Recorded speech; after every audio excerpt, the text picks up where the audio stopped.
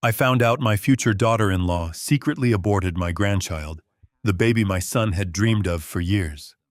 I heard her whisper that if she kept the baby, she would miss her promotion. I did not yell. I did not argue. I simply made one phone call. She chose a $60,000 management job and lost everything that truly mattered. Before I continue this story, let me know where you are watching from in the comments below. Hit like and subscribe if you believe that family should be built on trust, not ruthless ambition. Your support means everything to me. Now let me tell you exactly how I uncovered the truth. It was a Friday night, just days before the wedding, that was supposed to complete my son's life. The house was quiet. I am Harrison Caldwell, 70 years old, and a retired commercial real estate developer. I spent 40 years of my life navigating the cutthroat corporate world of Seattle, Washington. In my line of work, you learn to read a room before anyone else even speaks.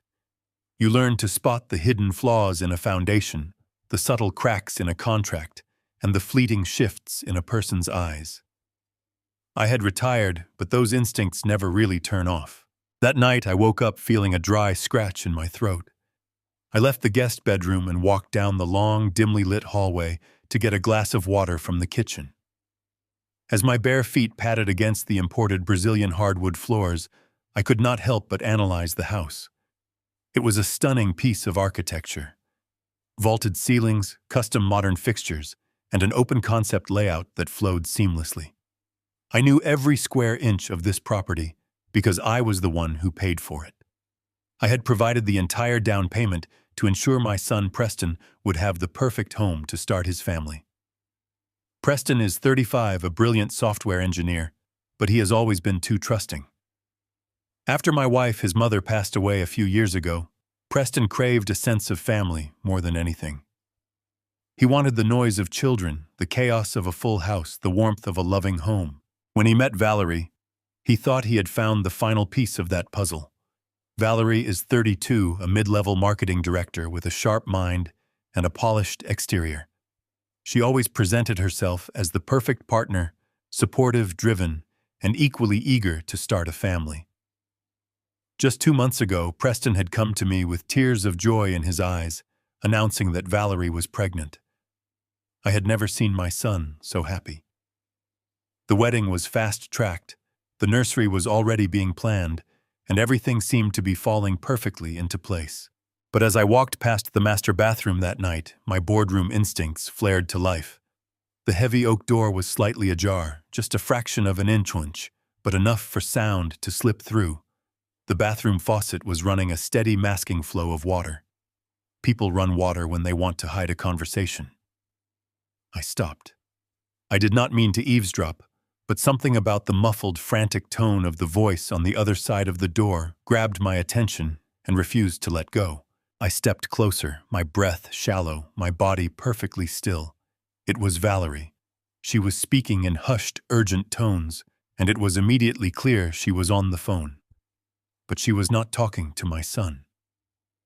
Preston was fast asleep in the master bedroom at the end of the hall. She was talking to someone named Richard.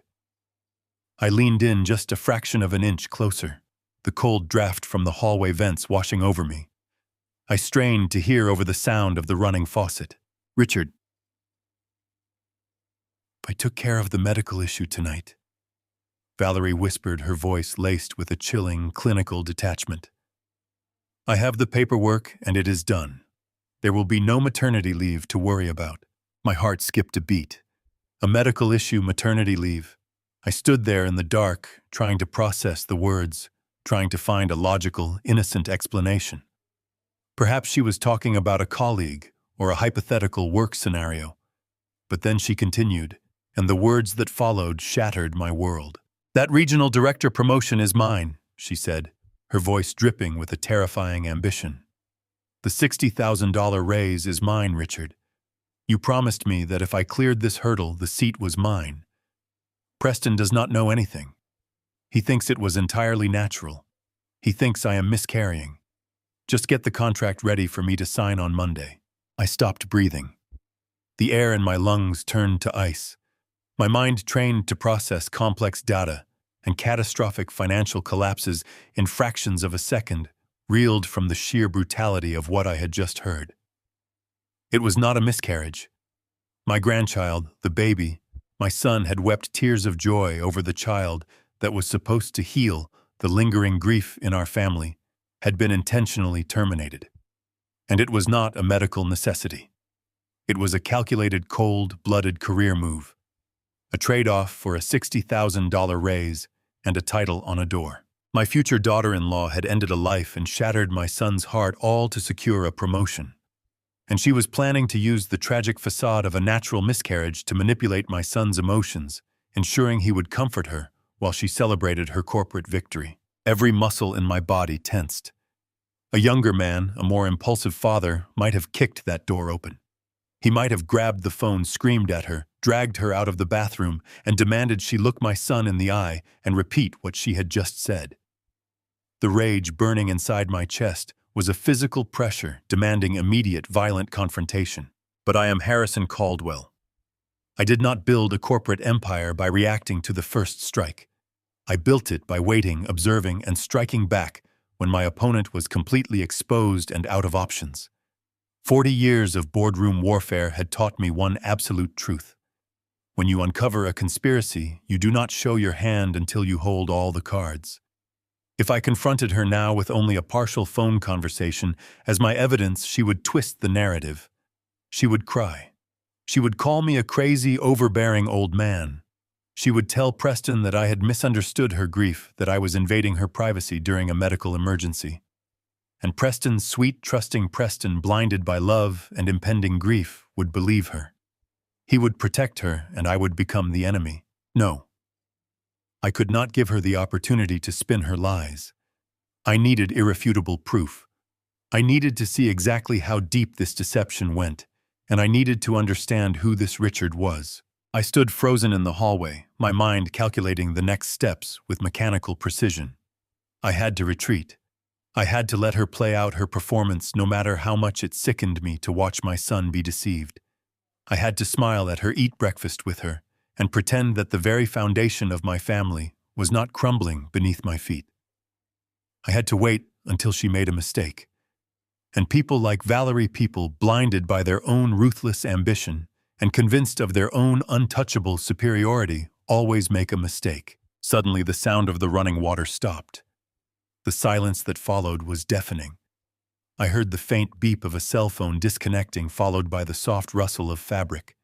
She was moving toward the door. My pulse pounded in my ears. I stepped back, melting into the deep shadows of the hallway alcove, completely silent. I held my breath as the brass handle of the bathroom door began to turn slowly downward. The crack of light widened, casting a long, sharp shadow across the hardwood floor. I waited in the dark, watching the door swing open, knowing that the war for my son's future had just begun. Do you think I should have kicked the door open right then and there? Tell me in the comments. The bathroom door creaked open, spilling a sharp wedge of artificial light across the dark hallway. I held my breath, pressing my back flat against the cold plaster of the alcove wall. Valerie stepped out, her silhouette outlined against the bright vanity lights. She paused, adjusting the belt of her silk robe, her posture completely straight, completely calm. There was no trace of physical agony. There was no stumble of grief. She simply checked her reflection in the hall mirror, smoothed her hair, and walked silently toward the master bedroom. Once her door clicked shut, I finally exhaled. The silence of the house felt suffocating. I did not go to the kitchen for my glass of water. I returned to the guest room, lay down on top of the covers in the dark, and stared at the ceiling until the sun began to bleed through the blinds. I did not sleep for a single second. My mind was a relentless machine, calculating, analyzing, and preparing for the emotional warfare that I knew would begin at sunrise. By 6 in the morning, I was already in the kitchen.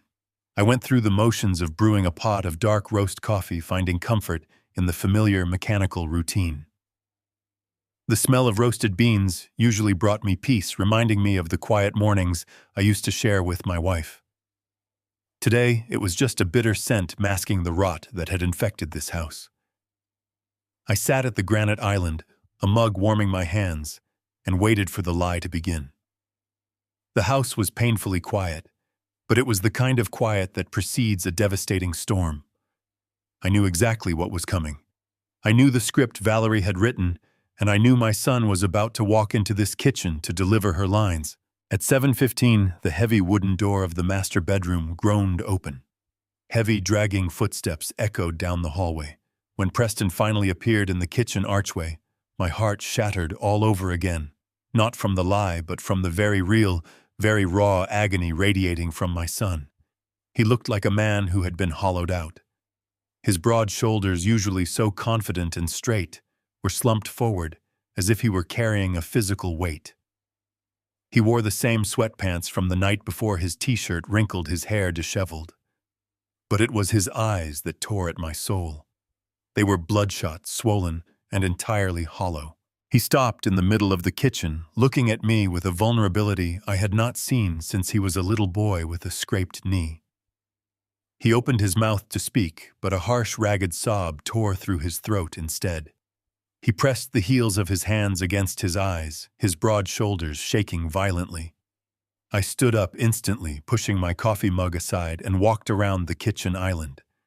I reached out, resting a firm hand on his shoulder. "Dad," he choked out, his voice barely more than a jagged whisper. "We lost the baby. She lost the baby last night. It is gone."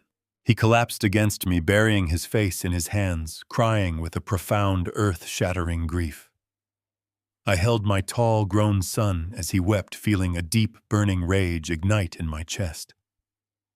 When my wife passed away 5 years ago, Preston lost his anchor. He had always been a family-oriented man, dreaming of Sunday barbecues, chaotic holidays, and a house filled with children. The day he told me Valerie was pregnant, it was as if a heavy, suffocating cloud had finally lifted from his life. He had spent the last 2 months completely transforming. He had already painted the spare room a soft, warm yellow. He had spent hours researching cribs and safety ratings.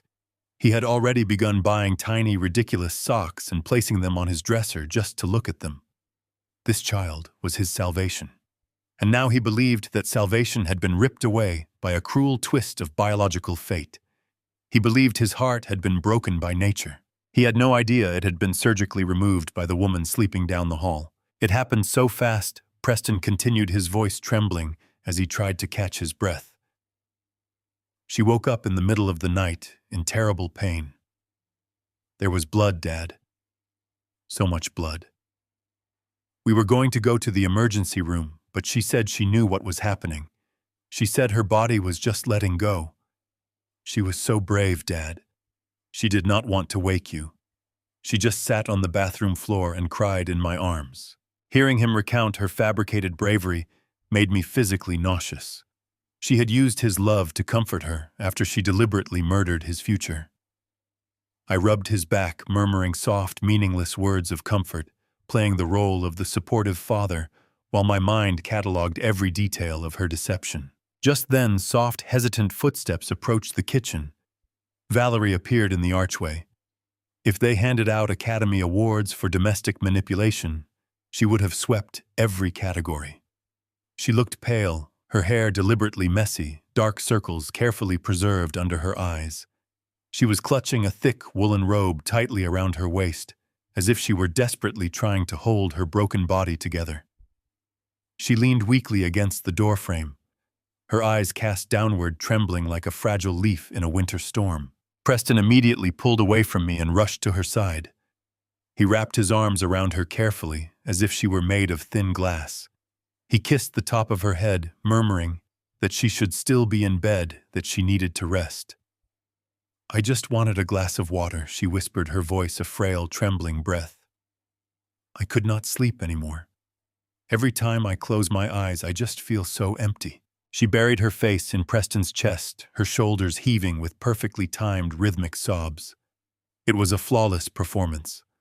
The muffled cries, the delicate way she clung to his shirt, the devastating tone of her voice. It was exactly how a grieving mother should look and sound.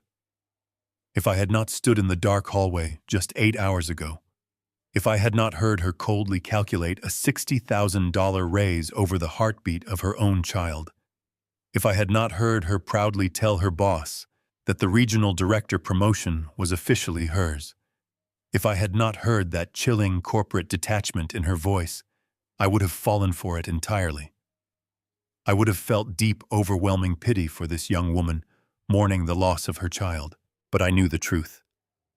I knew that the tears soaking my son's shirt were nothing but crocodile tears, a biological weapon used to secure his sympathy and ensure her victimhood remained unquestioned.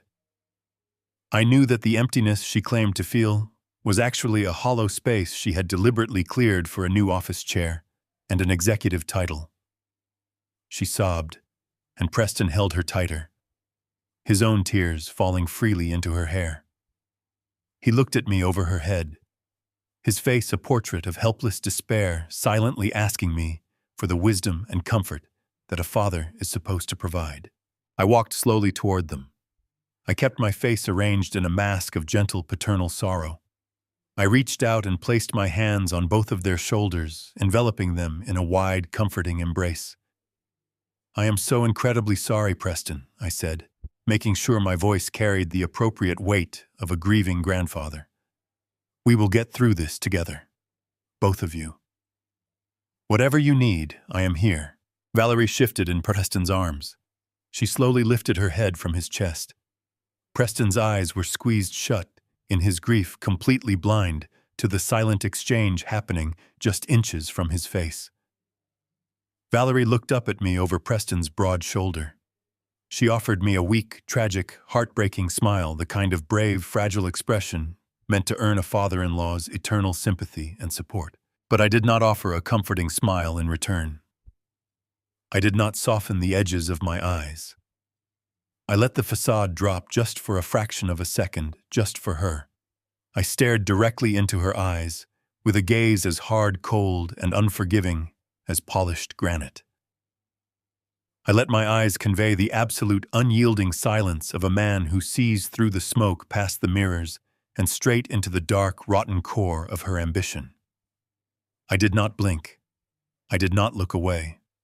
I simply let the weight of my silent judgment crush against her perfect performance. Her tragic smile faltered. Just a microscopic twitch at the corner of her mouth, a sudden sharp stillness in her breathing. For one fleeting second, the grieving mother vanished, and the calculating corporate climber looked back at me, a sudden flash of uncertainty passing through her pupils. She quickly buried her face back into Preston's shirt, resuming her muffled sobs, but the dynamic in the room had irreversibly shifted. She had felt the chill. She had felt the predator in the room. I patted my son's back, maintaining the embrace, my heart breaking for his pain, but my mind preparing for absolute war. She thought she had secured her promotion and her perfect alibi. She thought she had outsmarted a trusting family. But as I held my weeping son and stared at the back of her head, I knew one undeniable fact. I was going to dismantle her life piece by piece. At 10 in the morning, the heavy atmosphere in the house had settled into a suffocating stillness. Preston spent 3 hours pacing the living room. He looked exhausted. Finally, he ran a trembling hand over his face and announced he needed to leave the house. I nodded, offering him a reassuring pat on the shoulder. The front door clicked shut behind him, and the heavy lock engaged. I remained in the kitchen. The warm water ran over my hands, contrasting the calculation in my brain. Valerie was curled up on the expensive, cream-colored sofa, wrapped in her thick woolen robe. But Preston was gone now. It was just the two of us. Two sharks in a small tank, though she did not realize I saw her teeth. I dried my hands on a linen towel and walked slowly into the living room. Sitting changes the power dynamic in a room transferring authority. Instead, I stood near the edge of the coffee table, looking down at her. I allowed the silence to stretch, letting it become a physical weight pressing down on her shoulders. Silence is a powerful tool in negotiations. They will inevitably speak, revealing the cracks in their composure. Valerie finally looked up at me. The tragic expression was firmly plastered across her features, But without Preston, the mask looked slightly brittle. She offered a broken sigh and pulled the robe tighter. "I cannot believe this is happening, Harrison," she whispered, her voice trembling with manufactured sorrow. "We had everything planned." I looked at her, keeping my expression perfectly neutral. "It is truly remarkable how quickly life can change," I said, my voice completely smooth, devoid of emotional inflection. "One moment you are planning a nursery, and the next everything is gone. It must be incredibly overwhelming. So overwhelming that people often do things that might seem strange to an outside observer." Valerie blinked, a microscopic twitch of confusion crossing her face. "What do you mean by that, Harrison?" she asked softly. I took a slow, deliberate step closer to the sofa, maintaining unyielding eye contact. The trap was set, and it was time to spring the mechanism. "I was up late last night," I said casually, my tone conversational. "I came out of the guest room to get a glass of water from the kitchen. As I was walking down the hallway, I thought I heard you on the phone. It sounded like you were talking to someone named Richard." I watched her pupils dilate, a biological response to panic. She stopped breathing for exactly 2 seconds. Her mind was frantically rewinding the events of the previous night, calculating exactly how much I could have possibly heard through the heavy oak door. I gave her no time to recover. I pressed the advantage, keeping my voice utterly calm. "It sounded like good news," I continued, letting the words hang in the air, like a guillotine blade. "It sounded like you were discussing a promotion, a regional director position, if I heard correctly." It struck me as an unusual conversation to be having at such a late hour, especially considering the tragic circumstances you were experiencing. For a fraction of a second, the grieving mother vanished. The fragile victim was replaced by the ruthless corporate climber I had heard in the bathroom. Her jaw clenched, and her eyes hardened into dark flint. She realized I had caught her holding information that could unravel her life. A lesser manipulator would have stammered or crumbled. But Valerie was a master. She did not flinch. She pivoted with terrifying, flawless precision. The hardness in her eyes dissolved instantly, replaced by a violent swell of fresh tears. She let out a sharp gasp and threw her hands over her face, shaking her head. "How can you say that to me?" she cried out, her voice thick with defensive indignation. "How can you interrogate me about a phone call when I just lost my child? I was losing the baby, Harrison. I was bleeding and completely terrified. I thought I was dying." She lowered her hands, glaring at me with a perfect mixture of heartbreak and outrage. "Yes, I called Richard," she admitted, her voice shaking with righteous fury. "I called my boss because I was in a state of absolute shock. I was watching my future slip away, and I panicked. I felt so empty, so incredibly broken, that my mind searched for anything to hold on to. I told him I had suffered a medical emergency. I told him I would bury myself in my work to cope with the trauma, because work is the only thing I can actually control right now." She stood up from the sofa. She took a step toward me, using her physical presence to amplify her indignation. She was gaslighting me with the skill of a seasoned sociopath, twisting the narrative so expertly that my logical question was instantly transformed into a heartless attack on a grieving woman. "Richard has mentored me for that regional director position for months," she continued, tears streaming down her pale cheeks. "In that moment of absolute despair, I told him I wanted it. I told him I needed that promotion now more than ever, because I have to focus on my career to survive this grief. And you are standing here misinterpreting my trauma. You are twisting my pain into something calculated just because I tried to find a reason to keep going after my body failed me." I stared at her, genuinely astounded by the sheer audacity of her lie. It was a masterful performance. She had taken the exact words I overheard and seamlessly woven them into a narrative of profound emotional trauma. She had built a fortress of victimhood around her ambition, daring me to attack it and risk looking like a monster. If I had not heard the cold, triumphant satisfaction in her voice when she secured that raise, her explanation would have been completely plausible. It was a plausible lie designed to exploit the natural human tendency to give grieving mothers the benefit of the doubt. She was betting everything on the assumption that I would back down out of a sense of decency. But decency had left this house the moment she decided to trade my grandchild for a corporate title. "Valerie," I said, keeping my voice steady, refusing to rise to her emotional bait. "You and I both know that is not what I heard. The tone of your voice was not the tone of a woman in shock. It was the tone of a woman closing a business deal. You explicitly mentioned clearing a hurdle. You mentioned that Preston thought it was natural. Those are not the words of someone seeking a distraction from grief. Those are the words of someone orchestrating a deception." Her eyes widened, flashing with genuine unbridled fury. She realized the gaslighting was not working. The older man standing before her was not buying the emotional performance.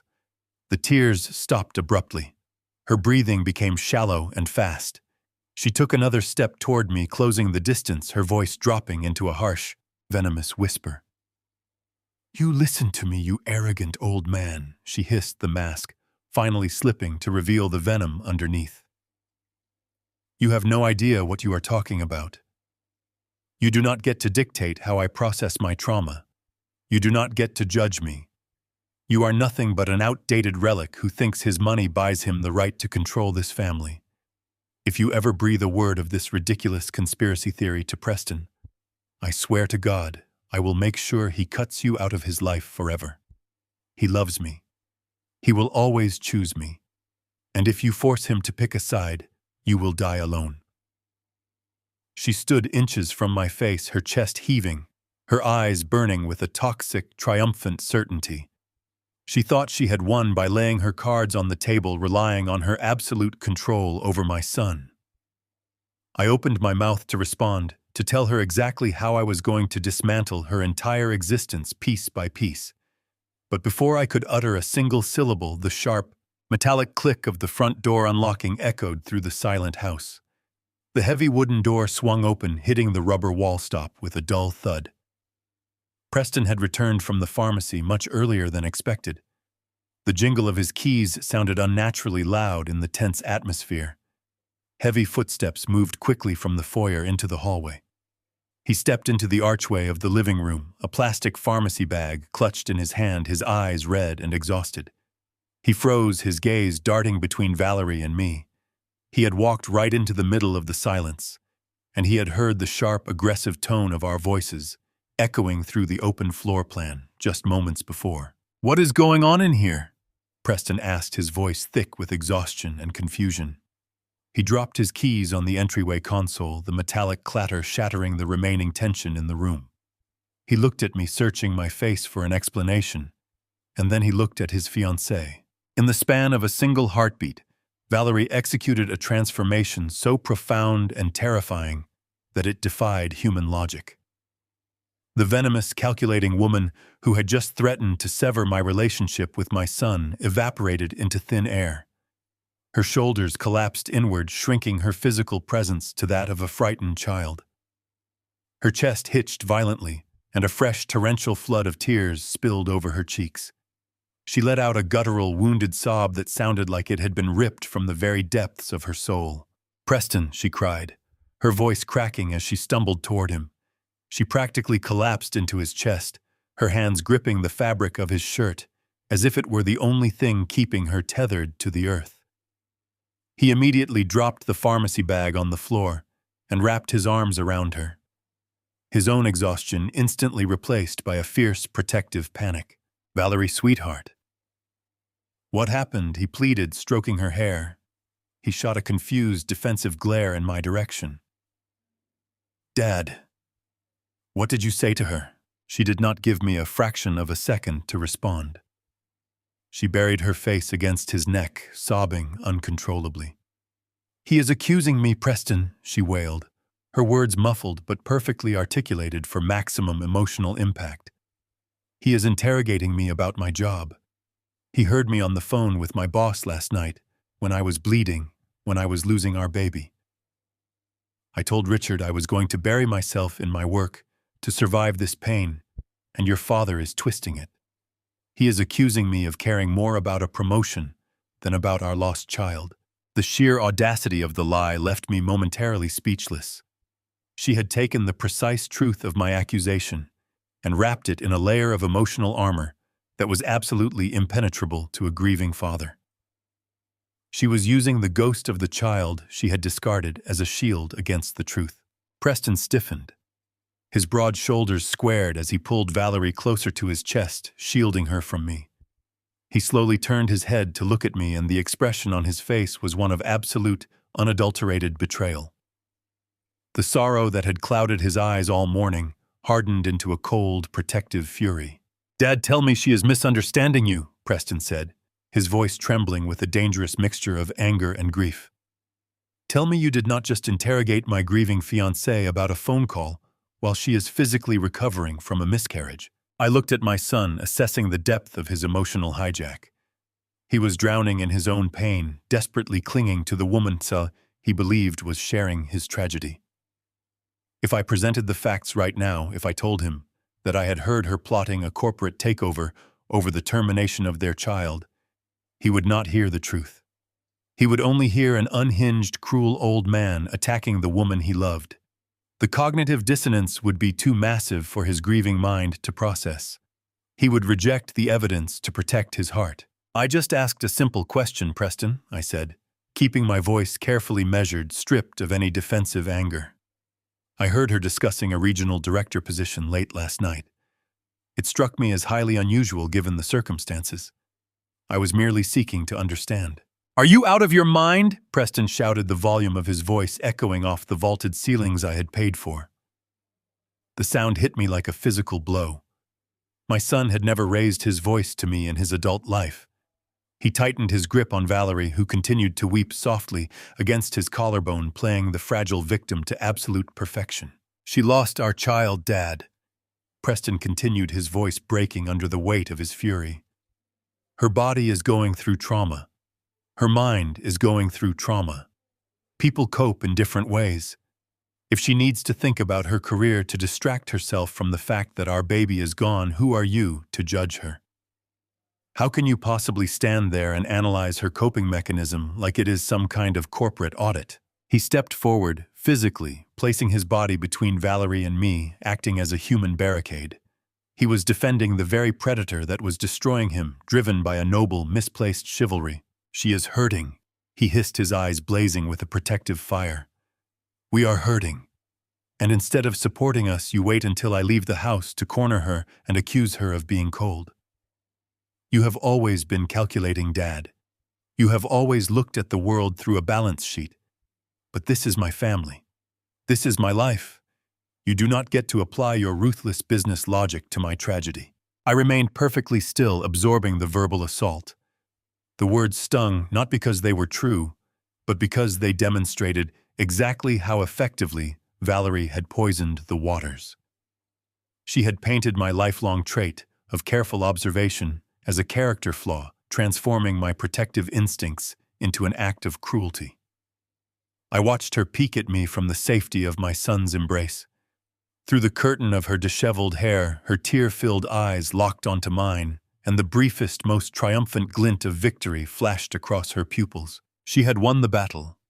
She had successfully turned my own son against me, erecting an emotional wall between us that I could not breach with simple words. "I demand that you apologize to her right now," Preston stated, his jaw set, his voice vibrating with absolute authority in the house I had financed. "You will apologize to her for cornering her, and you will apologize for questioning her grief." The demand hung heavy in the stale air of the living room. My instinct, the pride of a man who had commanded boardrooms and built empires, screamed at me to refuse. It demanded that I expose her right then and there, to tear down the facade and force Preston to see the monster he was protecting. But I am a strategist. A good strategist knows that you do not engage an enemy when they hold the high ground. You do not launch an offensive when the terrain is actively working against you. Preston was a hostile witness to his own life. If I fought back now, he would throw me out of this house permanently. He would cut contact, and I would lose all access, all ability to gather the concrete, irrefutable evidence I needed to destroy her completely. To win the war, I had to willingly surrender this skirmish. I had to swallow my pride and play the role she had assigned me. The clueless, out-of-touch old man who had made a terrible mistake. I took a slow, deep breath, letting my shoulders drop, intentionally diminishing my physical presence. I looked down at the hardwood floor, channeling the demeanor of an elderly father, realizing his own foolishness. "Preston," I said, allowing my voice to soften into a gravelly, remorseful tone. "You are right." The admission seemed to catch him off guard.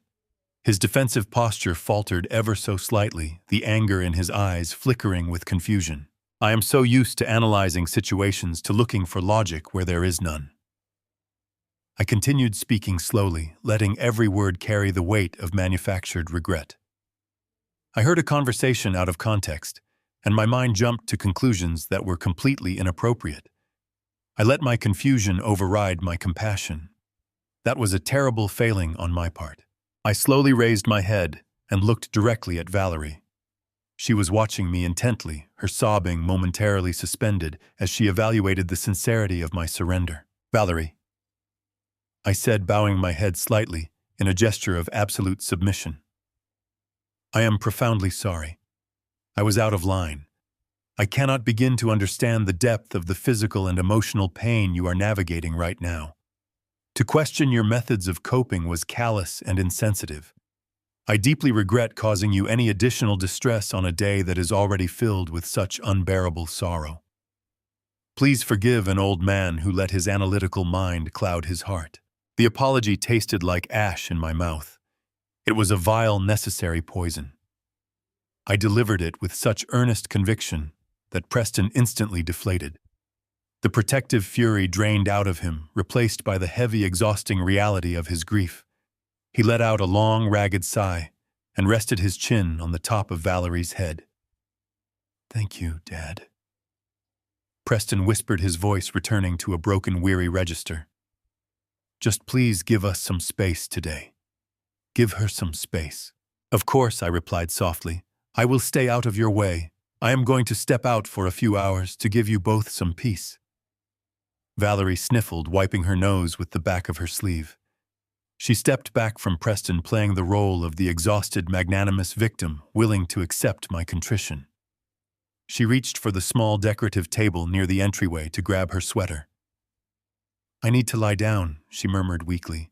As she turned to head toward the stairs, her hand brushed against her expensive designer purse, resting on the edge of the table. With a subtle, deliberate flick of her wrist, she pushed it over the edge. The purse plummeted to the hardwood floor, spilling its contents across the hallway. Lipsticks, a compact mirror, a set of keys, and several folded pieces of paper scattered across the polished wood. "Oh no," Valerie sighed, sounding far too weary to bend down. "Do not worry, sweetheart," Preston said immediately, kneeling down to gather the scattered items. "I have got it. Go rest." She offered him a weak nod and slowly ascended the staircase, ascending like a wounded martyr. I watched her go, my face perfectly blank, my mind already calculating my next move. I had given her the victory she wanted. Now it was my turn to dismantle her life. Preston was already on his knees, his large hands clumsily gathering the scattered items from the polished wood floor. I did not hesitate. I knelt beside my son, my joints protesting slightly against the hard surface, and began to help him collect the detritus of his fiancée's fabricated life. There was a gold-plated compact mirror, a tube of expensive crimson lipstick, and a heavy ring of keys. I handed them to Preston one by one, keeping my movements slow and methodical. He took them without looking at me, his gaze still clouded by the thick fog of his grief. I knew he was angry with me. I knew he felt I had violated the sanctity of their shared tragedy. I accepted his silent resentment. It was a necessary casualty of the war I was preparing to wage. As I reached for a silver pen that had rolled near the baseboard, my eyes caught sight of a small, neatly folded piece of heavy stock paper resting near the leg of the console table. It looked like a standard receipt, but the quality of the paper suggested something far more expensive than a generic grocery store printout. It had fallen out of a zippered side pocket of the purse during the orchestrated drop. I reached out and let my fingers brush against the heavy parchment. As I picked it up, the fold opened slightly, revealing a crisp, embossed logo at the top header. It was an elegant, minimalist design featuring a delicate crescent moon. Below the logo, printed in a sharp, modern font, were the words, Crescent Women's Clinic. My heart performed a slow, heavy beat against my ribs. I kept my face entirely impassive, tilting the paper just enough to read the bold black ink stamped across the bottom right corner. Paid in full. $5,000. The specific dollar amount hit me with the force of a physical blow. My mind, trained over 4 decades of auditing commercial real estate developments and scrutinizing multi-million-dollar construction budgets, instantly pulled up the corresponding ledger entry in my memory. Exactly 6 days ago, Valerie had come to me in a state of manufactured panic. She had rushed into the kitchen while Preston was at work, wringing her hands, claiming there was a catastrophic issue with the floral arrangements for the upcoming wedding. She told me the luxury florist they had booked required an immediate emergency cash deposit of exactly $5,000 to secure the rare imported orchids she desperately wanted for the reception. She had fed me a complex story about a banking error on her end, pleading with me to write a personal check so her perfect day would not be ruined. I had written the check without a single second of hesitation. I was happy to eliminate a source of stress for the woman who was carrying my future grandchild. I had gladly handed her the funds to celebrate new life, and she had used that exact money to systematically end it. A cold, lethal clarity washed over me as I knelt there on the hardwood floor. This was no longer just a matter of a ruthless career woman prioritizing a corporate promotion over a pregnancy. This was outright financial deception. This was calculated, premeditated fraud. She had looked me directly in the eye, smiled her perfect, grateful smile, and taken my money to finance the destruction of my own family. I glanced over at my son. Preston was completely absorbed in untangling the leather strap of the purse, his eyes red and unfocused. He was inches away from the brutal truth, completely blind to the evidence resting lightly in my palm. He was so completely broken by his own sorrow that he could not see the strings attaching him to her performance. His large frame seemed fragile as he meticulously gathered a pack of tissues and a compact mirror, treating her belongings with an almost religious reverence. I watched him handle the objects with such delicate care, and my protective anger multiplied. My son had spent his entire adult life building a foundation of honesty, seeking a partner who would share his fundamental values. Instead, he had welcomed a parasite into his home. The cruelty of her manipulation was not just in the act itself, but in the psychological destruction she was actively inflicting upon him. With the practiced fluid motion of a man who has negotiated countless closed-door deals and navigated the treacherous waters of high-stakes boardroom politics, I folded the heavy receipt in half. I slid my hand smoothly into the inner pocket of my tailored sports coat, depositing the physical proof of her ultimate betrayal right next to my chest. It was a flawless piece of sleight of hand. Preston did not notice a single thing. He was too consumed by the fictional narrative Valerie had spun for him. I continued to help him gather the remaining scattered items, handing him the silver pen and a small pack of mints. He zipped the designer purse shut and let out a long, ragged breath, resting his forehead against the cool leather of the bag. I stood up slowly, brushing the invisible dust from my trousers. I need to get some fresh air. Preston, I said, keeping my voice gentle and appropriately subdued to match the somber mood of the house. I will be out for a few hours. Please take care of her. Take care of yourself today. Preston offered a weak, barely perceptible nod. He did not look up as I turned and walked toward the front door. The morning air outside was crisp and cool, a sharp, refreshing contrast to the suffocating web of deception breathing inside the house. I walked down the meticulously manicured driveway toward my car, maintaining an unhurried, measured pace. I did not look back at the windows, knowing perfectly well that Valerie might be watching my departure from the safety of the second floor. I unlocked my vehicle, slid into the driver's seat, and closed the heavy door, sealing myself in the quiet, soundproof sanctuary of the leather interior. I did not start the engine immediately. My hands were trembling slightly, not from age and certainly not from fear, but from the sheer magnitude of the betrayal I had just confirmed. I reached into my inner coat pocket and retrieved the folded receipt. I smoothed the heavy paper out against the steering wheel, staring at the undeniable $5,000 total. The ink seemed to mock me, a testament to her absolute arrogance. To extract $5,000 from her future father-in-law, framing it as an emergency wedding expense, required a level of brazen confidence that bordered on pathological. She truly believed that she was untouchable, that her ability to manipulate human emotion was an infallible weapon. She assumed my financial generosity equated to a lack of awareness. I pulled my smartphone from my trouser pocket and opened the internet browser. My fingers tapped the digital glass screen with methodical, ruthless precision as I typed the words Crescent Women's Clinic into the search bar. The top search result loaded instantly. It was a sleek, highly discreet website designed to look more like a high-end, luxury wellness spa than a standard medical facility. The color palette was muted and calming, projecting an aura of expensive exclusivity.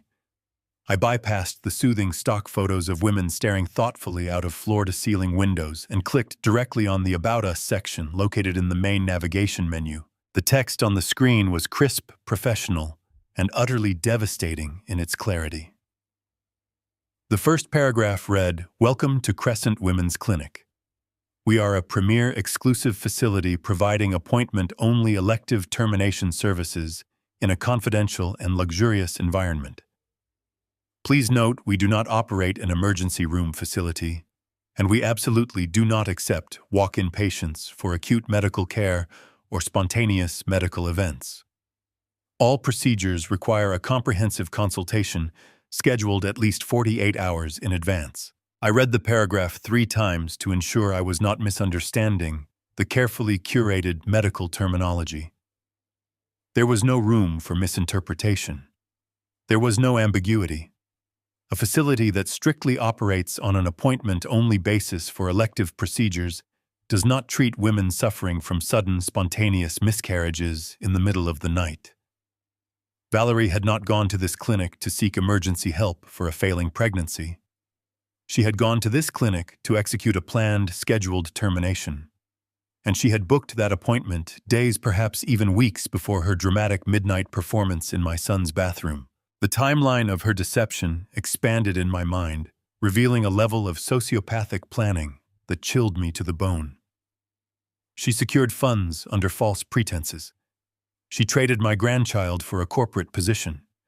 I was going to make certain she lost them both. The undeniable proof was resting securely against my chest. The days that followed required a level of emotional discipline I had not exercised since my most volatile corporate acquisitions. I returned to the house that Saturday afternoon, draped in the quiet, defeated posture of an old man who had realized the gravity of his mistakes. I apologized to Preston once more, my voice carefully modulated to convey a deep, lingering shame. I told him I would stay out of the way, that I would focus only on the background logistics of the upcoming wedding, and that I deeply respected their need for space. Preston accepted this with a weary nod, his broad shoulders still slumped under the heavy burden of his manufactured grief. Valerie, playing her part to perfection, offered me a frail, forgiving smile from the safety of the living room sofa. She genuinely believed her theatrical display had cowed me into submission. She thought I was thoroughly neutralized, but she had no idea that my silence was not a surrender. It was a camouflage. I spent the next 4 days observing her every move with the cold, calculating precision of a predator stalking its prey. To the untrained eye, the house was a mourning ground. Preston moved through the rooms like a ghost, his voice hushed, his eyes perpetually red. He took a leave of absence from his software engineering firm, dedicating every waking moment to catering to his grieving fiancée. He brought her tea, he fluffed her pillows, and he managed the barrage of incoming wedding vendor calls so she would not have to lift a finger. Yet as I watched Valerie navigate this environment, The inconsistencies in her behavior began to multiply with glaring clarity. By Tuesday afternoon, the fragile bedridden victim narrative began to crack under the weight of her own vanity. The final fitting for her custom designer wedding gown had been scheduled months in advance. Under normal circumstances, a woman who had suffered a traumatic spontaneous miscarriage just 3 days prior would undoubtedly postpone such a physically demanding event. A natural loss involves significant physical recovery, profound fatigue, and a deep emotional toll that makes celebrating a wedding nearly impossible. But Valerie did not cancel. She insisted that pushing forward with the fitting was exactly what she needed to heal. Preston, completely manipulated by her bravery, drove her to the upscale bridal boutique downtown. I accompanied them under the guise of carrying the garment bags and managing the valet. As I sat quietly in the plush velvet armchair of the boutique waiting area, I watched Valerie emerge from the dressing room. She looked radiant. There was not a single trace of physical discomfort in her posture. She stood on 3-inch heels for nearly an hour, while the seamstress pinned and tucked the heavy silk fabric. A woman recovering from a severe medical trauma would be trembling, exhausted, or at least showing signs of physical strain. Valerie was glowing. When the boutique owner offered complimentary champagne to celebrate the final fitting, Preston politely declined, citing the recent tragedy. Valerie, however, did not hesitate. She took the crystal flute with a steady hand, smiled brightly at her reflection in the floor-to-ceiling mirror, and drank the champagne with evident pleasure. Alcohol is strictly prohibited during the immediate aftermath of a severe medical event, a fact she completely ignored. I watched her sip the sparkling wine, laughing softly with the seamstress about the placement of a lace applique. She was celebrating. She was celebrating the wedding, yes, but she was also celebrating the absolute success of her deception. The sheer stamina she exhibited was astonishing, but her behavior the following evening was even more damning. Wednesday night, Preston retired to the master bedroom early, completely depleted by the emotional toll of the week. I remained in the kitchen, slowly wiping down the granite countertops, projecting the image of a helpful, invisible old man. Valerie was seated at the dining room table, her laptop open in front of her. She had claimed she needed to sort out some wedding seating charts, a mindless task, to keep her hands busy. I moved quietly past the dining area, my footsteps silenced by the thick Persian rug. As I approached from behind, I caught a clear view of her glowing laptop screen. She was not arranging seating charts. She was logged into her corporate email account. Her fingers flew across the keyboard with a fierce, aggressive energy. I stopped near the edge of the hallway, watching the side of her face. The grieving, fragile demeanor she maintained around my son was entirely gone. Her jaw was set, her posture rigid and commanding. She was rapidly firing off directives to her marketing team, structuring project timelines, and delegating tasks with the ruthless efficiency of a newly minted executive. As she hit send on a particularly lengthy email, a slow, triumphant smirk spread across her face. It was a look of pure, unadulterated victory. She leaned back in her chair, crossed her arms over her chest, and stared at the screen with immense satisfaction. She was actively managing the transition into her new regional director role. She was finalizing the logistics of the $60,000 promotion she had secured by terminating my grandchild. The sociopathic duality of her existence was staggering. In the span of a single hour, she could weep on my son's shoulder, mourning a child she never wanted, and then pivot to ruthlessly conquering her corporate ladder without a single ounce of remorse. I watched her smirk in the dim light of the dining room, the blue glow of the monitor illuminating the cold ambition in her eyes. I slowly backed away into the shadows of the hallway, leaving her to her victorious emails. By Thursday night, the puzzle was nearly complete, but I needed to understand the full scope of her financial maneuvering. The $5,000 receipt for the clinic was the smoking gun for her medical deception. But my corporate instincts warned me that a woman this manipulative rarely stops at just one lie. If she was willing to extract clinic money from me under the guise of an emergency florist deposit, What else was she extracting from my son Preston had always been generous, and in his eagerness to build a life with her, he had merged several of their financial responsibilities. Shortly after I provided the $1 million down payment for their house, I had set up a joint bank account for Preston. The purpose of this specific account was to hold a supplemental reserve fund, a substantial amount of capital meant exclusively for emergency home repairs, property taxes, and structural upgrades. I had insisted my name remain on the account as a joint signer, a standard precautionary measure I take with all large-scale real estate investments. Preston had agreed without a second thought, and Valerie had enthusiastically endorsed the idea, praising my financial wisdom. I waited until the house was completely silent. The digital clock on my nightstand read 2 in the morning. I sat at the small desk in the guest bedroom, the solitary lamp casting a warm circle of light over my laptop keyboard. I opened my encrypted banking portal and navigated to the joint house fund account. I had not checked the ledger in several weeks, trusting that the funds were resting securely in the high-yield savings tier. I entered my credentials, bypassed the two-factor authentication, and watched the dashboard load onto the screen. I scrolled past the routine utility payments and the automated property tax deductions. Everything appeared standard until I reached the transaction history for the current month. There, buried between a minor landscaping fee and a routine internet bill, was a massive, unauthorized withdrawal. It was a wire transfer initiated 3 days ago, right in the middle of her manufactured grieving process. The amount was staggering. It was not a few $100s for a wedding expense, nor was it a reasonable withdrawal for a household repair. It was a highly specific 5-figure sum transferred directly out of the house reserve and routed to an external account. I narrowed my eyes, leaning closer to the glowing screen to examine the routing details.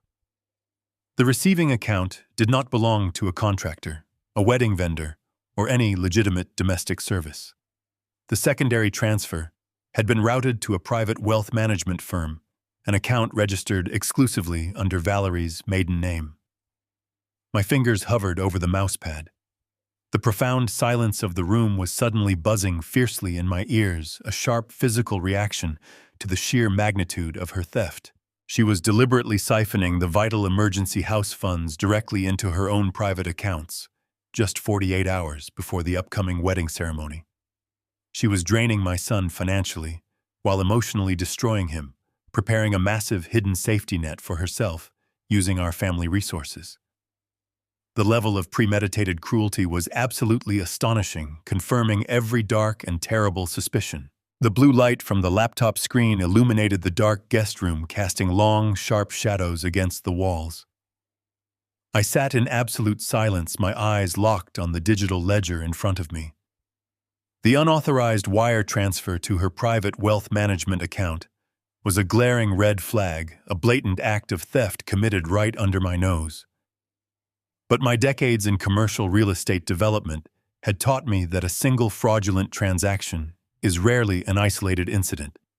It is usually just the visible tip of a much larger, deeply submerged iceberg. When a person becomes comfortable moving massive sums of stolen money, they leave a trail. They become arrogant, and arrogance breeds sloppiness. I adjusted my reading glasses and began a meticulous forensic audit of the joint house fund account, determined to uncover every single financial maneuver Valerie had executed over the past 6 months. I did not just look at the surface numbers. I dug into the routing sequences, the clearinghouse data, and the associated merchant identification codes. The process was tedious, requiring the kind of cold, methodical patience I usually reserved for hostile corporate takeovers. But this was not business. This was the survival of my son. As I cross-referenced the outgoing payments against the approved wedding budget spreadsheet Preston had shared with me weeks ago, a distinct, highly disturbing pattern began to emerge. Valerie was systematically inflating the costs of various wedding services. She would request a transfer for a catering deposit, but the amount cleared by the bank was always 15% to 20% higher than the standard vendor rates. The excess funds were not resting in the joint account. They were being quietly siphoned off, diverted through a complex web of third-party payment processors. She was treating the wedding budget like a slush fund, bleeding my son dry dollar by dollar, assuming his absolute trust would prevent him from ever looking closely at the monthly statements. I felt a cold knot of disgust tighten in my stomach. She was not just ambitious. She was a deeply entrenched financial parasite. My focus shifted back to the most critical piece of evidence: the $5,000 check I had personally written to her just 6 days ago. She had looked me in the eye, feigned a state of absolute panic over imported orchids, and demanded cash to save her perfect day. I needed to see exactly how that specific check had been processed. I pulled up my own personal banking portal and located the cleared check in the transaction history. I downloaded the scanned image of the cashed document, flipping it over to examine the endorsement on the back. It had not been deposited directly into a business account for a luxury florist. The endorsement signature belonged to Valerie, accompanied by a digital routing stamp for an online payment platform. She had deposited the funds directly into a digital wallet. I utilized a trace function I frequently used for tracking escrow deposits, running the routing sequence through the digital payment ledger. The trail was intentionally convoluted, bouncing between two temporary holding accounts, a classic layering technique used to obscure the final destination of illicit funds. But she was dealing with a man who had spent his life dismantling complex financial structures. I followed the digital breadcrumbs, relentlessly clicking through page after page of transaction logs. Finally, the money landed in its ultimate destination. It was a shell merchant account, registered under her maiden name, a deliberately obfuscated account, completely detached from her shared finances with my son. I clicked on the final transaction details to view the merchant classification code. There, plainly listed under the transaction metadata, was the categorization tag.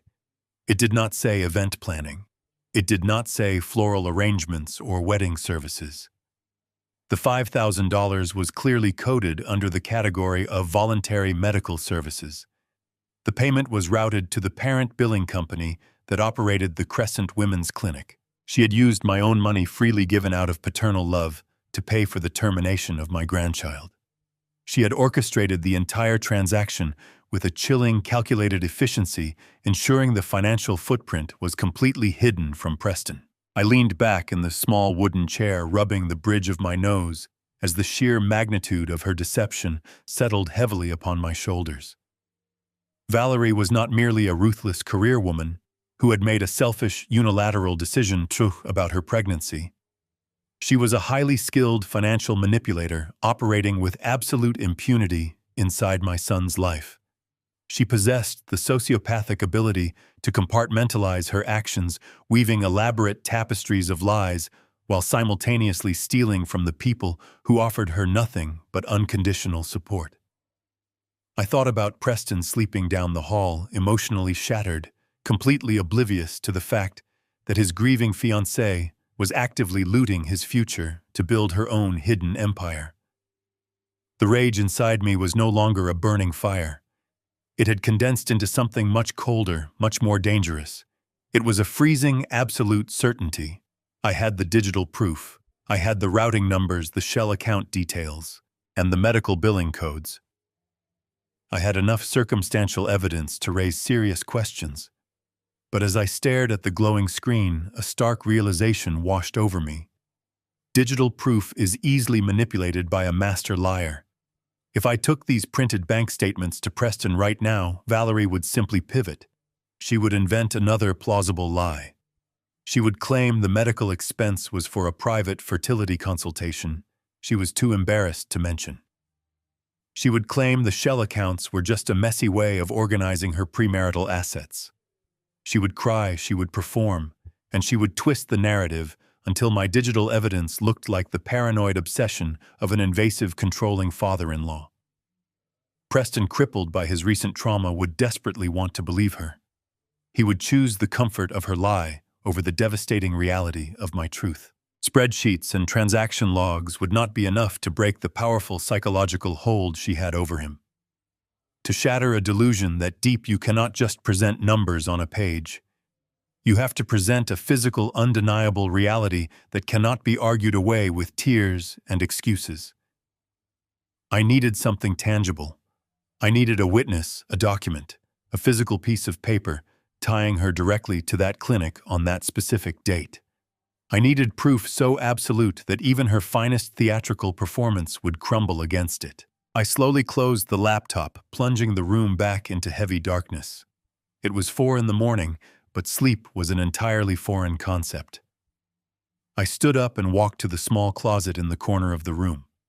If I was going to secure physical evidence from an exclusive high-security medical facility that specialized in absolute discretion, I could not walk through their doors, looking like a grieving, distraught family member.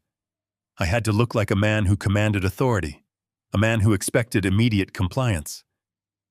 I reached into the garment bag I had brought for the upcoming wedding and pulled out my finest bespoke suit. It was a deep charcoal gray wool blend, impeccably tailored, projecting an aura of immense wealth and silent power.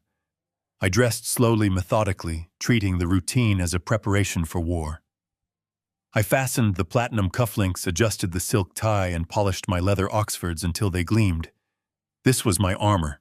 This was the uniform of a man who had dismantled multi-million-dollar corporations without breaking a sweat. I checked my reflection in the mirror. The exhausted, apologetic old man who had cowered in the living room yesterday was gone.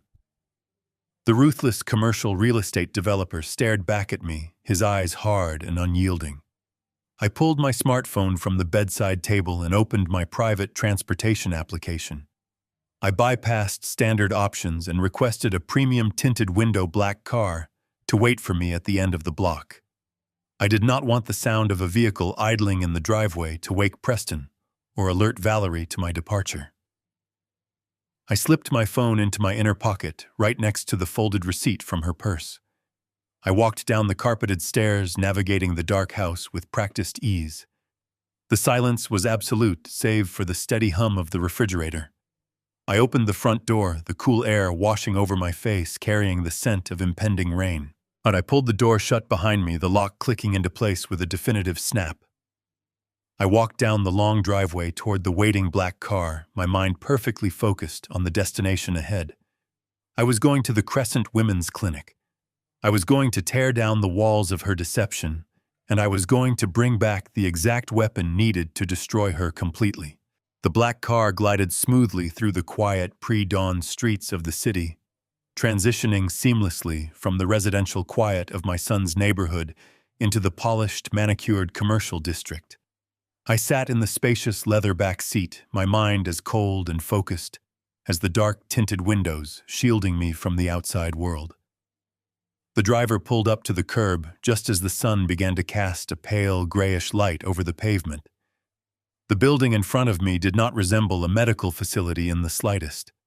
It was a sleek, low-profile structure composed of frosted glass, brushed steel, and imported limestone. There were no flashing red emergency signs, no ambulances, and no chaotic intake bays. It looked exactly like what it was, an exclusive private fortress, designed for wealthy clients who required absolute discretion. I stepped out of the vehicle, instructing the driver to wait. I adjusted the cuffs of my bespoke suit and walked toward the entrance. The heavy glass doors slid open with a soft, expensive whisper. The interior of the Crescent Women's Clinic was a masterclass in psychological calming. The lobby was bathed in warm, indirect lighting. The air carried the faint, expensive scent of lavender and eucalyptus. Soothing, ambient music played from hidden speakers. Behind a sweeping, curved reception desk, made of polished white marble, sat 2 elegantly dressed women. They did not wear medical scrubs.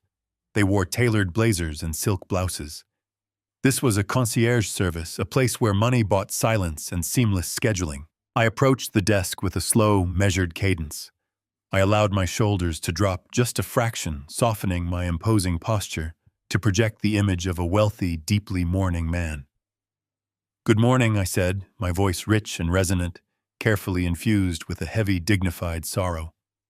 The receptionist looked up, her professional smile instantly adjusting to a mask of polite empathy upon seeing my tailored suit and somber expression.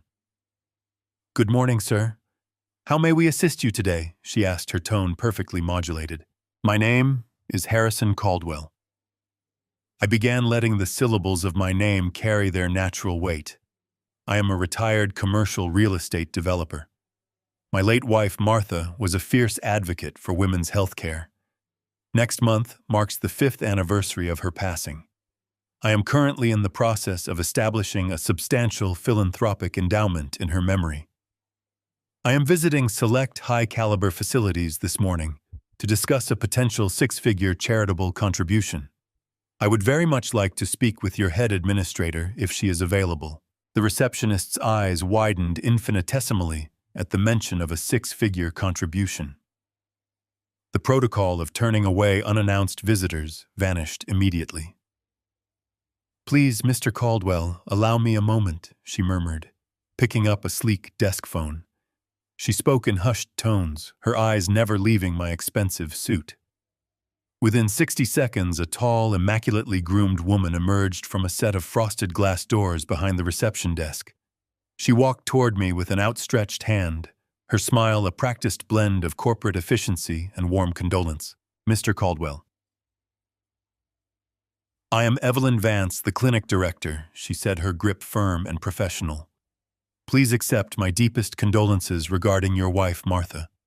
It is an extraordinary honor that you would consider our facility for such a generous endowment. Please come back to my office where we can speak more comfortably." I followed her through the frosted doors, noting the plush carpeting and the total absence of any clinical urgency. We entered a spacious, sunlit office that resembled a luxury hotel suite more than a workspace. Evelyn gestured to a set of cream-colored leather armchairs. I sat down, maintaining the aura of a man carrying a heavy, noble burden.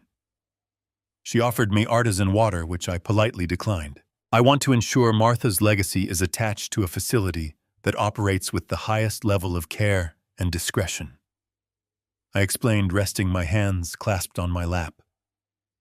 Martha had a deeply compassionate heart. She was particularly passionate about supporting women who find themselves in sudden, terrifying medical emergencies.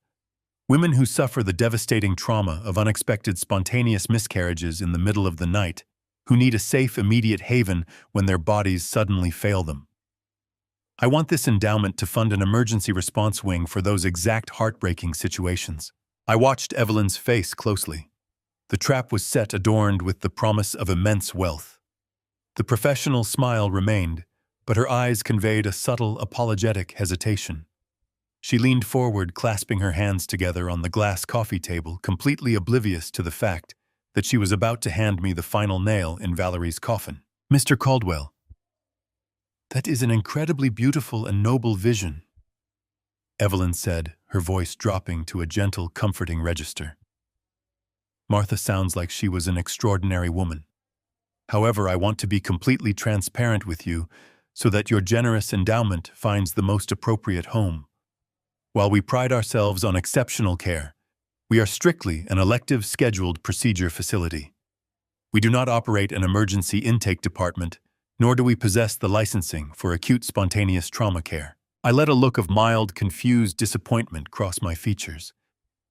"You do not treat spontaneous miscarriages?" I asked, allowing my voice to waver slightly. "But surely if a woman arrived in the middle of the night bleeding and in terrible pain seeking refuge here." Evelyn shook her head gently, her expression conveying firm corporate policy. "We simply cannot, Mr. Caldwell. Our doors are locked after 6 in the evening. We do not have a 24-hour surgical staff on standby. If a patient arrived experiencing a spontaneous miscarriage or hemorrhaging, our security protocol requires us to immediately redirect them to the nearest hospital emergency room. Our business model is built entirely on premeditated elective care." I leaned back against the leather chair, letting the silence stretch as I processed her words. Every single syllable was a hammer striking the anvil of Valerie's deception.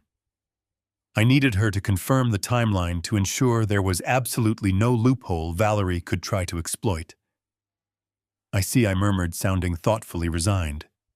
"So your patients arrive with a clear, predetermined plan. There are no rushed decisions or last-minute walk-ins." "Absolutely not. Evelyn confirmed with a decisive nod, eager to showcase the clinic's meticulous organization. Discretion and preparation are the cornerstones of our practice. Every procedure requires a comprehensive medical consultation. Our schedule is highly exclusive. In fact, our patients typically book their appointments at least 3 to 4 weeks in advance. We require substantial lead time to process the necessary paperwork, secure the deposit, and prepare the surgical suite. No one simply walks in and receives a procedure on the same day. It is an orchestrated, carefully managed process from start to finish. The final piece of the puzzle locked into place with a resounding, undeniable click. 3 to 4 weeks in advance. Valerie had not made a panicked, last-minute decision driven by fear or grief. She had meticulously researched this exclusive clinic, scheduled a consultation, paid a premium deposit, and booked an elective termination nearly a month ago. She had sat at my son's dining room table, smiling at him over dinner, letting him touch her stomach, and talk about baby names, fully knowing she already held a confirmed appointment to end that child's life. She had waited until the perfect moment, executed her plan in a sterile, scheduled environment during the day, and then returned to my son's house to stage a bloody, traumatic midnight miscarriage. The sheer terrifying magnitude of her sociopathy was now completely documented, verified by the very director of the facility she had utilized. I offered Evelyn a slow, appreciative nod. "You have been remarkably helpful, Evelyn," I said, allowing a genuine warmth to inflect my tone, though the warmth was entirely derived from my triumphant investigation. "Your transparency is exactly what I respect in a medical administration. While this particular facility might not align with the emergency trauma aspect of Martha's vision, I am deeply impressed by your operational standards. I will absolutely be discussing a different, perhaps educational grant with my board of directors regarding your clinic." Evelyn beamed, her corporate smile returning in full force. "We would be immensely grateful for any partnership, Mr. Caldwell. Thank you for your time, and again my deepest sympathies for your loss." I stood up, buttoning my suit jacket with smooth, fluid movements. The heavy, grieving widower persona instantly began to shed, replaced by the lethal, calculating energy of a man who held the power to destroy a life. I shook Evelyn's hand, feeling the solid physical confirmation of my victory. I had the truth. I had the undisputed operational protocol of the clinic. The receipts, the shell accounts, the timelines, and now the director's own testimony. Valerie's elaborate fortress of lies had been reduced to ash. I turned and walked out of the plush office, navigating the wide, softly lit hallway that led back to the main reception lobby. My mind was already racing ahead, organizing the data, structuring the sequence of events I would deploy to ensure her absolute devastation. I needed to assemble the legal documents. I needed to call Gregory Reed the moment I stepped into my car. I was so intensely focused on formulating my strategic offensive that I barely noticed the subtle shift in the clinic's atmosphere. As I approached the final set of frosted glass doors separating the administrative hallway from the main lobby, I heard the faint metallic click of an electronic lock disengaging. It was not coming from the front entrance. It was coming from a discreet, unmarked door set into the mahogany-paneled wall to my right. A private VIP side door designed specifically for high-profile clients who wished to bypass the reception desk entirely. I slowed my pace, my observational instincts flaring. The heavy wooden door swung open smoothly on silent hinges. A man stepped out into the hallway, pausing to adjust his suit jacket. He was not a doctor. He wore a sharp, impeccably tailored navy blue suit, a crisp white shirt, and a burgundy silk tie. His silver hair was perfectly coiffed, and he carried a sleek leather briefcase in his left hand. He exuded an air of arrogant, entitled wealth. He turned his head slightly as he moved toward the exit, his profile catching the soft glow of the recessed hallway lighting. The breath stalled in my lungs. My footsteps ceased completely. I stared at the side of his face, my photographic memory instantly retrieving a file I had buried a decade ago. The sharp jawline, the distinct hawkish slope of his nose, the cold predatory calculation in his eyes. I recognized him instantly. It was Richard. The very same Richard I had personally ousted from a corporate executive board 10 years ago for severe financial embezzlement. The very same Richard who now served as Valerie's boss at Apex Solutions. The man who had promised her a $60,000 raise in exchange for clearing her maternity hurdle. And he was walking out of the VIP surgical wing of the Crescent Women's Clinic. The man stood under the soft recessed lighting of the elegant corridor, completely unaware of my presence just a few yards away. It was indeed Richard. The passage of 10 years had deepened the lines around his mouth and frosted his neatly parted hair with silver. But the fundamental architecture of his arrogance remained entirely intact. My mind instantly summoned the sharp, bitter memories from a decade ago. At that time, I was sitting on the executive board of a major logistics firm, ruthlessly auditing their internal structures ahead of a highly publicized merger. Richard was a mid-level executive, then smooth-talking and sharply dressed, navigating the corporate hierarchy with the greasy charm of a born salesman. But beneath his polished exterior, he was nothing more than a common thief. I had personally caught him funneling corporate funds into offshore shell accounts, skimming money from the top of our international vendor contracts. I did not just fire him. I publicly and totally dismantled his career, ensuring his termination was brutal, immediate, and permanently attached to his professional record. He had begged for mercy, sweating through his expensive suit, pleading for a second chance, but I offered absolutely none. I had thrown him out of the boardroom and blacklisted him across my entire financial network. Now here he was, inexplicably resurrected as a vice president at Apex Solutions, holding the keys to Valerie's career and future. The very man who had shamelessly stolen from my associates was now orchestrating the destruction of my family.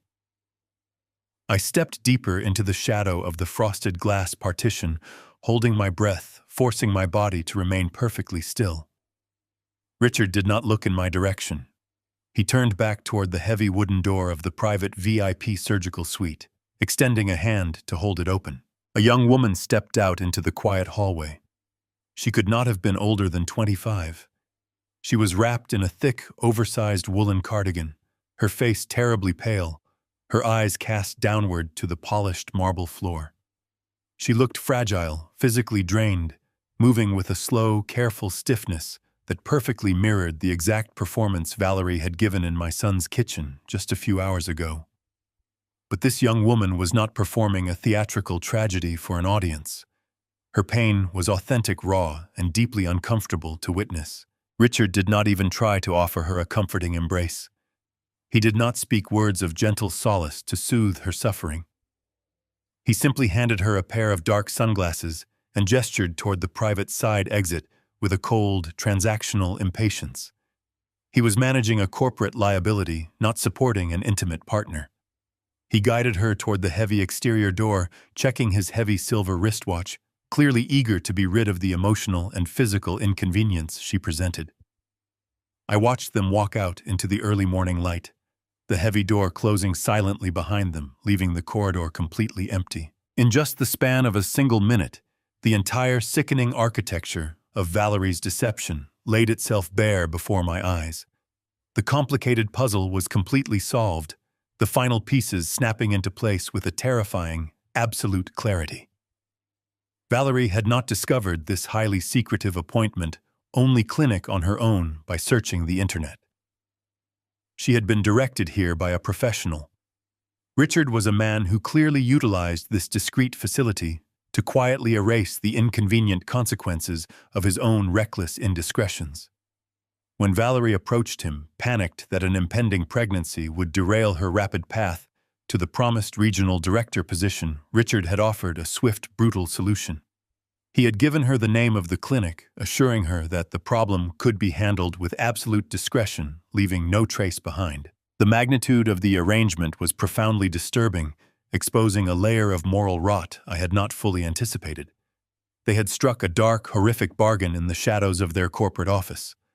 Richard, a man entirely devoid of moral boundaries, had demanded that she eliminate her maternity hurdle to prove her unyielding loyalty and absolute commitment to the company. Valerie, equally ruthless and fiercely blinded by her own greed, had accepted the terms without a single moment of hesitation. They shared a sinister secret that bound them together in corporate corruption. She had willfully sacrificed my future grandchild on the altar of her own ambition, and Richard had eagerly facilitated the sacrifice. They believed they were completely untouchable, operating in a clandestine sphere of wealth and power, where human life was merely a disposable bargaining chip for a $60,000 raise and a new title. A cold, sharp fury coursed through my veins, but I forced my muscles to relax deliberately, commanding my heart rate to slow down. Anger is a volatile fuel, dangerous and destructive if left unchecked. I needed to refine that anger to forge it into a weapon of absolute, unwavering precision. I had everything I needed to win this war. I had the clinic director's verbal confirmation of their operational protocols, proving the procedure was planned weeks in advance. I had the financial routing data proving Valerie had stolen the emergency funds directly from my son. I had the medical billing codes that stripped away her tragic facade, exposing the elective nature of her procedure. And right now I had the undeniable physical link between her unspeakable choice and the corporate promotion waiting for her at Apex Solutions. The connection was flawless, a perfectly constructed chain of evidence that could not be broken by tears or manipulated by desperate lies. I turned my back on the VIP hallway and walked purposefully toward the main entrance of the clinic. The elegant receptionist looked up from her computer monitor, offering another practiced, polite smile as I approached the sliding glass doors. I gave her a brief, courteous nod, projecting the confident image of a satisfied philanthropist heading directly out to finalize a generous charitable donation. I stepped out of the climate-controlled building and into the cool gray morning air. The sleek black car was idling exactly where I had left it, the professional driver standing respectfully by the rear passenger door. He opened it swiftly as I approached, shielding me from the growing light of the waking city. I slid into the luxurious leather seat, feeling the satisfying weight of the tailored suit against my shoulders. The heavy door closed with a solid thud, sealing me inside the quiet, secure environment of the vehicle. "Please take me back to the residence," I instructed the driver, my voice steady and commanding. The powerful car pulled away from the curb, merging seamlessly into the light morning traffic. The city was just beginning to wake up, the streets slowly filling with ordinary people living ordinary lives, completely oblivious to the fact that I was preparing to unleash a devastating storm. I reached into my inner coat pocket, my fingers brushing against the folded receipt, the undeniable physical proof of her ultimate betrayal. I bypassed the paper and pulled out my smartphone. The bright screen illuminated the dim leather interior of the car, casting a sharp glow over my face. I opened my contacts application, scrolling rapidly past the routine numbers, the building contractors, the wealth managers, and the various board members I spoke with on a daily basis. I stopped scrolling when I reached a name I had not dialed in a very long time. Gregory Reed was my private attorney, a man whose legal brilliance was matched only by his absolute, terrifying ruthlessness. During my aggressive years as a commercial real estate developer, Gregory had been my primary instrument of war. Whenever a rival competitor foolishly attempted a hostile takeover or a corrupt contractor attempted to defraud one of my developments, Gregory was the exact man I called to fix the problem. He did not just file standard lawsuits. He dismantled entire companies, ruined professional reputations, and orchestrated legal campaigns so aggressive and overwhelming that my opponents frequently settled their disputes before we even entered a courtroom. When I retired from the daily grind of the business world, I had placed him on a generous monthly retainer, keeping his predatory skills available for unforeseen emergencies, though I had sincerely hoped I would never need his aggressive services again. Valerie and Richard had created the ultimate emergency. I tapped the green icon to initiate the call. The phone rang twice, the tone echoing softly in the quiet car. It was incredibly early, long before regular business hours began, but men like Gregory Reed are always awake, always operating, and always waiting for the next major battle. His secure private line clicked open, connecting us instantly. Harrison Gregory said, his voice a low, gravelly rasp. It has been a very long time indeed. I stared out the dark-tinted window at the sprawling, cold city skyline. Gregory, I need a corporate guillotine fully prepared now. The line went silent before Gregory instructed me to meet him at our usual location. The Oak Room was a private, members-only cigar lounge nestled deep within the financial district. It was a sanctuary for men of influence, a highly guarded place where multi-million-dollar mergers were finalized over rare scotch. The air inside was thick, smelling of aged leather, expensive tobacco, and quiet power. I walked past the long mahogany bar, nodding silently to the veteran bartender who recognized me instantly from my previous years of active business. He did not bother to ask for my membership card. He just respectfully pointed toward the very back of the dark establishment. I found Gregory sitting in a secluded corner booth, partially obscured by the dim lighting and the swirling, heavy gray smoke from a neighboring table. He was nursing a glass of amber liquid, his sharp, predatory eyes studying me as I approached. He looked almost exactly the same as he did a full decade ago.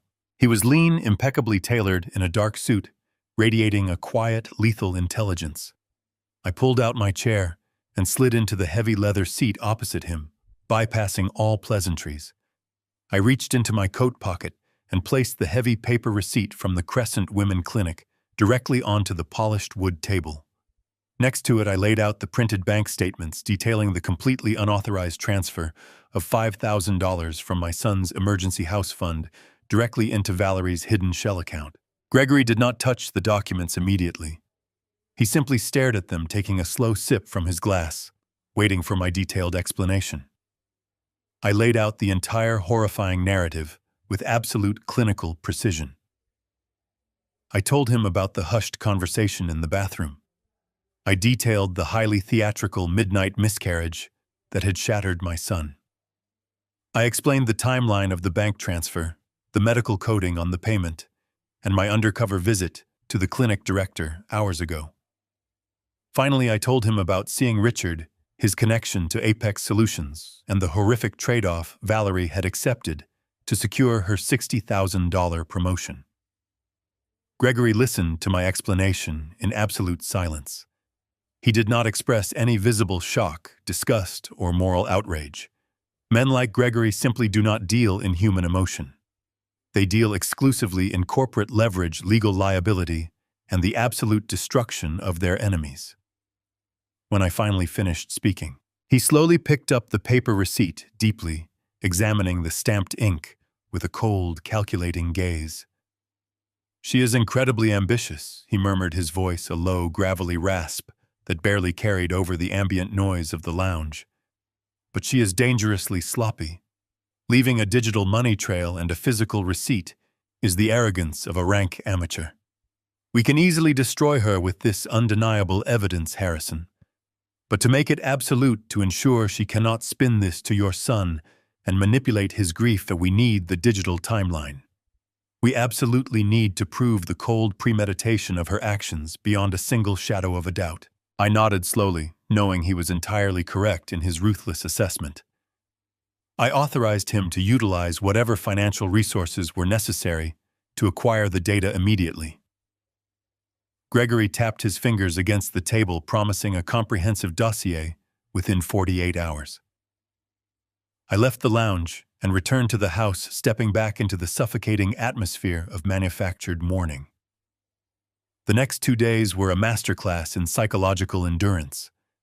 I played the role of the silent, supportive patriarch, fetching meals and maintaining a respectful distance, while Preston grieved his fabricated loss. The house felt like a tomb. Preston barely ate anything, his eyes constantly red, his spirit completely and utterly broken by a devastating tragedy that never actually happened.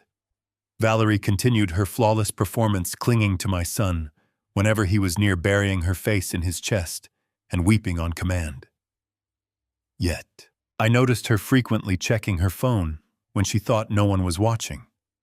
I saw the rapid movements of her thumbs as she typed out corporate emails, completely detached from the sorrow she projected just moments before. The anticipation gnawed at me, a tight, burning knot in my chest, but I maintained my facade perfectly. I poured coffee, I washed dishes, and I watched her play my son for a fool. I knew the net was closing around her, woven tightly by the most ruthless legal mind in the city. Every time she smiled weakly at me, acting the part of the brave survivor, I felt a surge of cold satisfaction, knowing her downfall was already in motion. Exactly. 48 grueling hours later, my phone vibrated with a secure, encrypted text message from Gregory, summoning me back to the exclusive Oak Room. I arrived to find him sitting in the exact same booth, a thick, unmarked manila folder resting on the table before him. He did not waste time with greetings or small talk. He opened the folder immediately, revealing a stack of meticulously organized digital intelligence reports. "My private investigators are highly efficient." He began sliding a single sheet of paper toward me. "This is the metadata from her corporate email server and her personal browsing history. They acquired it entirely legally through a high-level third-party data broker who specializes in deep corporate surveillance and asset tracking." I looked down at the highlighted timestamps printed on the page. The evidence was staggering in its chronological precision, laying out a timeline of pure, unadulterated sociopathy. 3 weeks ago, on a Tuesday afternoon at exactly 2 o'clock, Valerie received a direct email from Richard at Apex Solutions. The email explicitly confirmed she was advancing to the final definitive interview round for the regional director position. It outlined the salary increase and the elevated corporate responsibilities. Less than 45 minutes after opening that specific email, she initiated a web search on her personal device for the Crescent Women Clinic. 10 minutes after that initial search, she submitted the online booking form to secure her appointment for the elective termination. She paid the initial consultation fee using a hidden credit card. "She booked the procedure 3 weeks ago," Gregory stated, tapping his index finger firmly against the paper to emphasize the timeline. The very same day she realized the massive promotion was finally within her grasp, she made the irreversible decision to eliminate the biological obstacle. There was no sudden medical emergency. There was no spontaneous, heartbreaking tragedy in the middle of the night. It was a cold, calculated career decision made nearly a month before she put on that weeping performance for your son. The absolute proof rested right there in my hands. The chronological data was an impenetrable wall of evidence that not even a master manipulator like Valerie could talk her way out of. Her lies were completely cornered by the digital footprint she had carelessly left behind. I felt a surge of dark, vindictive satisfaction washing over my frustration. "We have her," I said softly, staring at the printed emails. "We have everything we need to expose her completely to Preston. We can show him exactly who he is marrying before he makes the single biggest, most catastrophic mistake of his entire life. We can end this sick, twisted charade right now." I reached across the table to close the folder, feeling a tremendous weight lifting from my shoulders. The war was essentially won. I just needed to deliver the final devastating blow. But my old friend Gregory did not smile. He did not share my sense of triumphant finality. His expression grew even darker still, the deep lines around his mouth tightening into a grim, deeply troubling frown. He reached down into his leather briefcase resting on the floor beside his chair. "Harrison," he said, his voice dropping an octave lower, carrying a heavy, ominous weight that instantly chilled the blood in my veins. "The abortion and the corporate promotion are only half the scam. She has been planning a much larger, far more destructive exit strategy since the very beginning." He slowly withdrew a secondary unmarked manila folder, noticeably thicker and heavier than the first one, and placed it squarely on the table. He kept his hand resting flat on top of the cardboard cover, holding my gaze with a severity I had rarely seen in our decades of working together. "She knew the marriage might not survive her ambition," he continued slowly. "She knew she absolutely needed to secure her own financial future before the wedding ceremony even took place, using her manufactured grief as the ultimate undeniable leverage against your son's highly vulnerable state." He slid the folder slowly across the polished mahogany table until it rested directly in front of me. I want you to look very, very closely at the legal documents that she had Preston sign in the lawyer's office yesterday afternoon.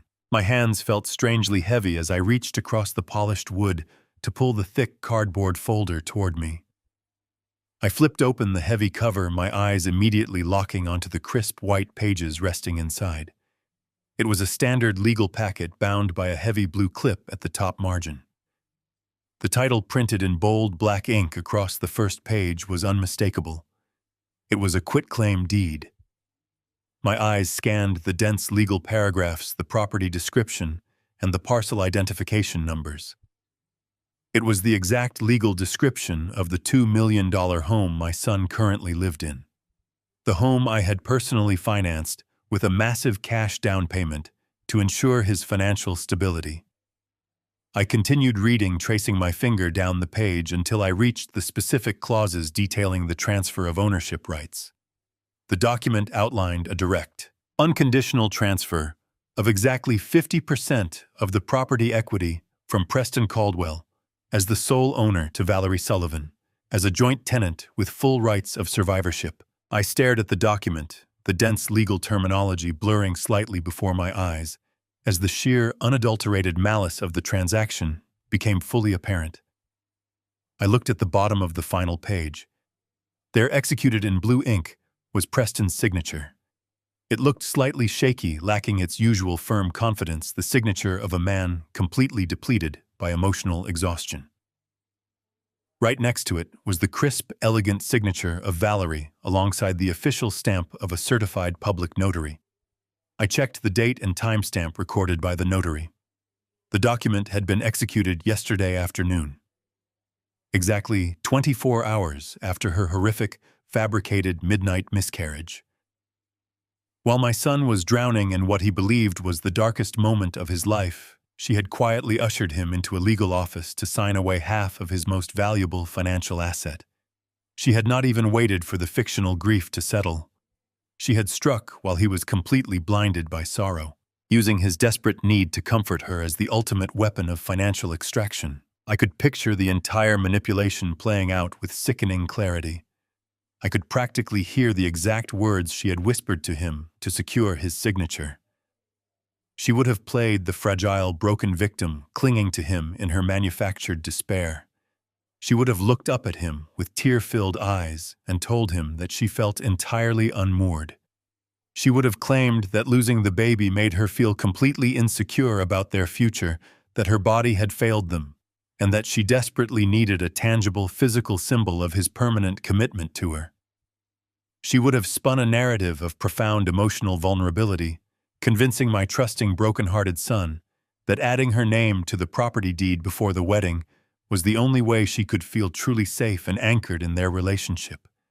And Preston, desperate to heal her pain, desperate to prove his unwavering loyalty in the face of a shared tragedy, would have signed this document without a single moment of hesitation. He would have viewed the massive transfer of wealth as a noble romantic gesture of absolute devotion. He had no idea he was simply funding her exit strategy. My blood began to boil, a slow, scorching heat rising from my chest and spreading outward through my veins. Up until this precise moment, I had viewed Valerie as a deeply ambitious, dangerously sociopathic woman who had made a horrific decision. A unilateral decision regarding a pregnancy to secure a corporate promotion. Her actions were morally reprehensible, a devastating betrayal of my son's heart and trust. But this document fundamentally changed the entire landscape of her deception. This was no longer just an emotional betrayal or a tragic consequence of unchecked corporate greed. This was a highly calculated, meticulously orchestrated financial heist. She was not merely clearing a path for her career. She was systematically looting my son's assets, establishing a massive $1 million safety net for herself, just in case the marriage eventually collapsed under the weight of her own lies.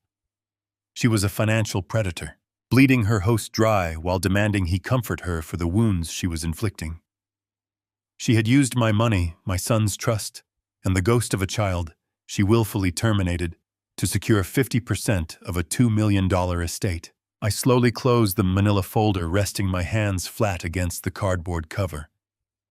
The anger I felt was absolute, a cold diamond hard fury that left no room for hesitation or mercy. The time for observation had officially concluded. It was time to completely annihilate her. I looked across the table at Gregory. He was watching me intently, his sharp eyes evaluating my reaction, waiting for my directive. He knew exactly what this document represented. He knew we had crossed the line from a domestic dispute into the territory of grand larceny. Gregory. I said, my voice completely devoid of emotion, a flat mechanical sound that surprised even me. I need you to halt the processing of this deed immediately. File whatever emergency injunctions are required to freeze the property records. Claim coercion. Claim severe mental distress. Claim whatever legal precedent you must, but do not let this transfer officially clear the county recorder office. I want a complete block placed on that property before the end of the business day. Gregory offered a slow, predatory nod. He reached into his suit jacket and pulled out his silver pen, tapping it thoughtfully against the mahogany table. Consider it done, Harrison. I already have my associate drafting the preliminary paperwork based on the assumption that you would want to contest the transfer.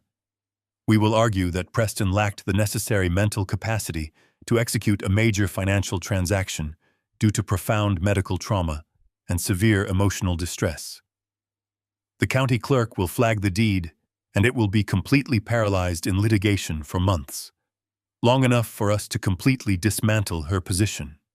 Excellent, I replied, my mind already shifting to the next phase of the offensive. The property deed was just the defensive maneuver. Now I needed to construct the weapon that would completely obliterate her offensive capabilities. She had traded my grandchild for a corporate title, believing her career was an untouchable fortress.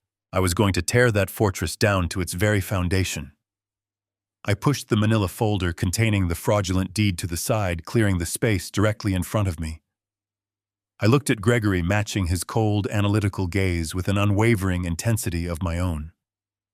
The financial fraud and the emotional manipulation will handle themselves once we present the evidence to Preston.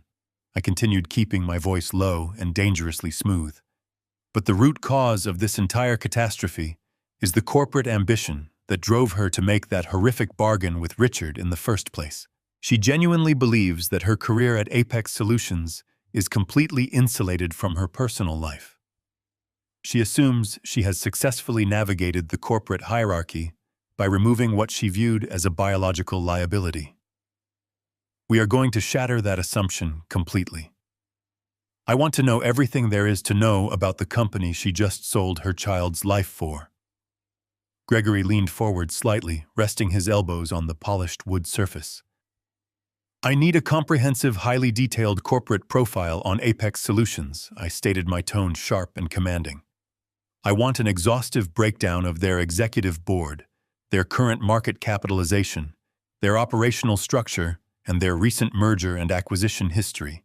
I want to know exactly who holds the voting shares, who sits on the steering committees, and who possesses the ultimate unilateral authority to hire, fire, and promote mid-level executives like Valerie and her corrupt mentor, Richard. Leave absolutely no stone unturned, Gregory. I want to see their entire corporate architecture laid bare on this table within the next 24 hours. Gregory allowed a slow, knowing smile to touch the corners of his mouth. He recognized the specific tone of my voice. It was the exact tone I used right before I initiated a massive, hostile corporate takeover. He opened his leather briefcase and pulled out a sleek electronic tablet, his fingers already hovering over the digital screen. You are preparing to strike at her professional foundation. Gregory observed, his eyes gleaming with the anticipation of a brutal, highly coordinated legal strike. I am not just going to strike at it, Gregory, I replied, staring out into the dark, smoke-filled lounge as my plan solidified into absolute certainty. I am going to utterly annihilate it. She built her entire kingdom on a foundation of unforgivable lies and shattered trust. Now she is going to watch every single brick of that carefully constructed empire burn to the ground. We will leave absolutely nothing standing, nothing at all, not one piece. Gregory did not say another word. He simply nodded once. He reached into his leather briefcase and pulled out his slim laptop, setting it squarely on the mahogany table. The machine booted up instantly, bathing his face in a sharp blue glow. He connected to his secure mobile network, his fingers flying across the keyboard with a practiced, lethal efficiency. I watched him work, my breathing slow, and measured the cold fury in my chest, solidifying into a tactical calm. In the corporate world, emotional outbursts are a liability. Precision, patience, and absolute information are the only currencies that matter. Gregory was tapping into a proprietary corporate database, the kind of entrenched intelligence network that costs thousands of dollars a month to access and provides real-time overviews of any registered business entity in the country. He bypassed the public relations facades and the carefully curated investor portals, diving straight into the raw, unfiltered structural data of Apex Solutions. The screen populated with a complex organizational chart, a sprawling digital spiderweb of executive tiers, regional divisions, and middle management hierarchies. Gregory adjusted his glasses, leaning closer to the screen.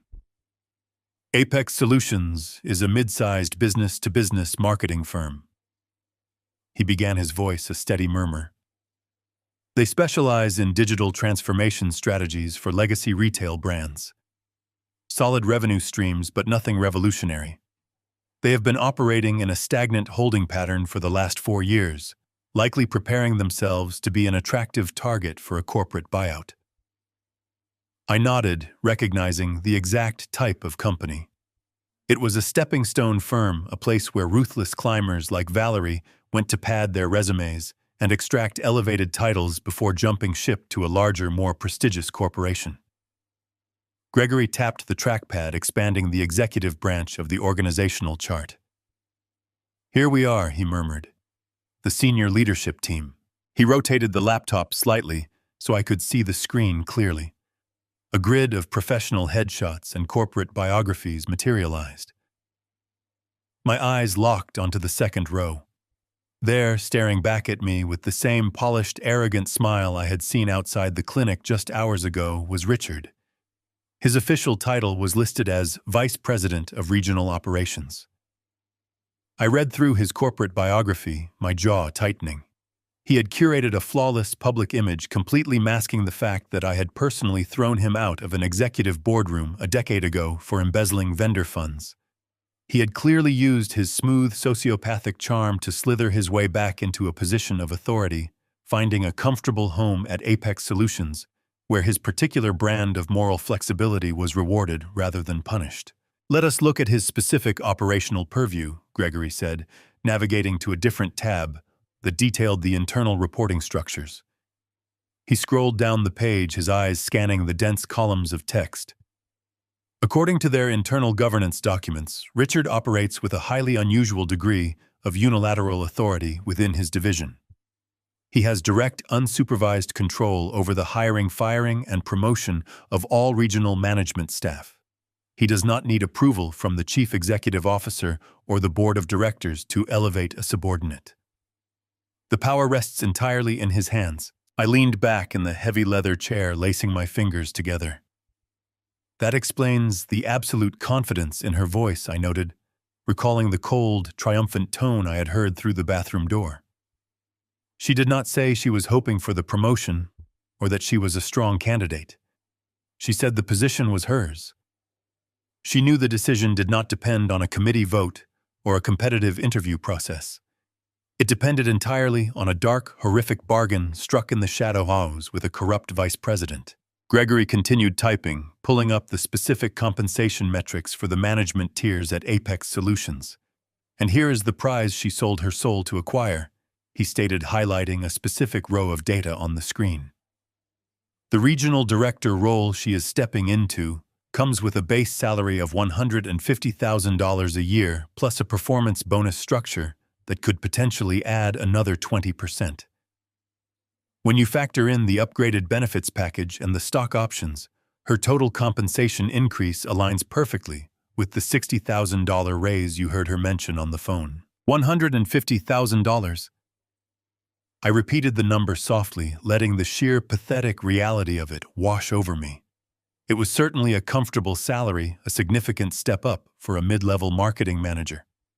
But in the grand scheme of the corporate world, in the realm of true generational wealth, it was a negligible sum. My son had purchased a $2 million home for her to live in. He would have gladly provided her with anything she ever desired. She was already living a life of immense financial security. Yet her blinding ambition and her desperate need for corporate validation had driven her to murder my grandchild for a simple title change and a modest bump in her tax bracket. She had traded a human life, the continuation of my family line, for the privilege of updating her professional networking profile and sitting in a slightly larger office.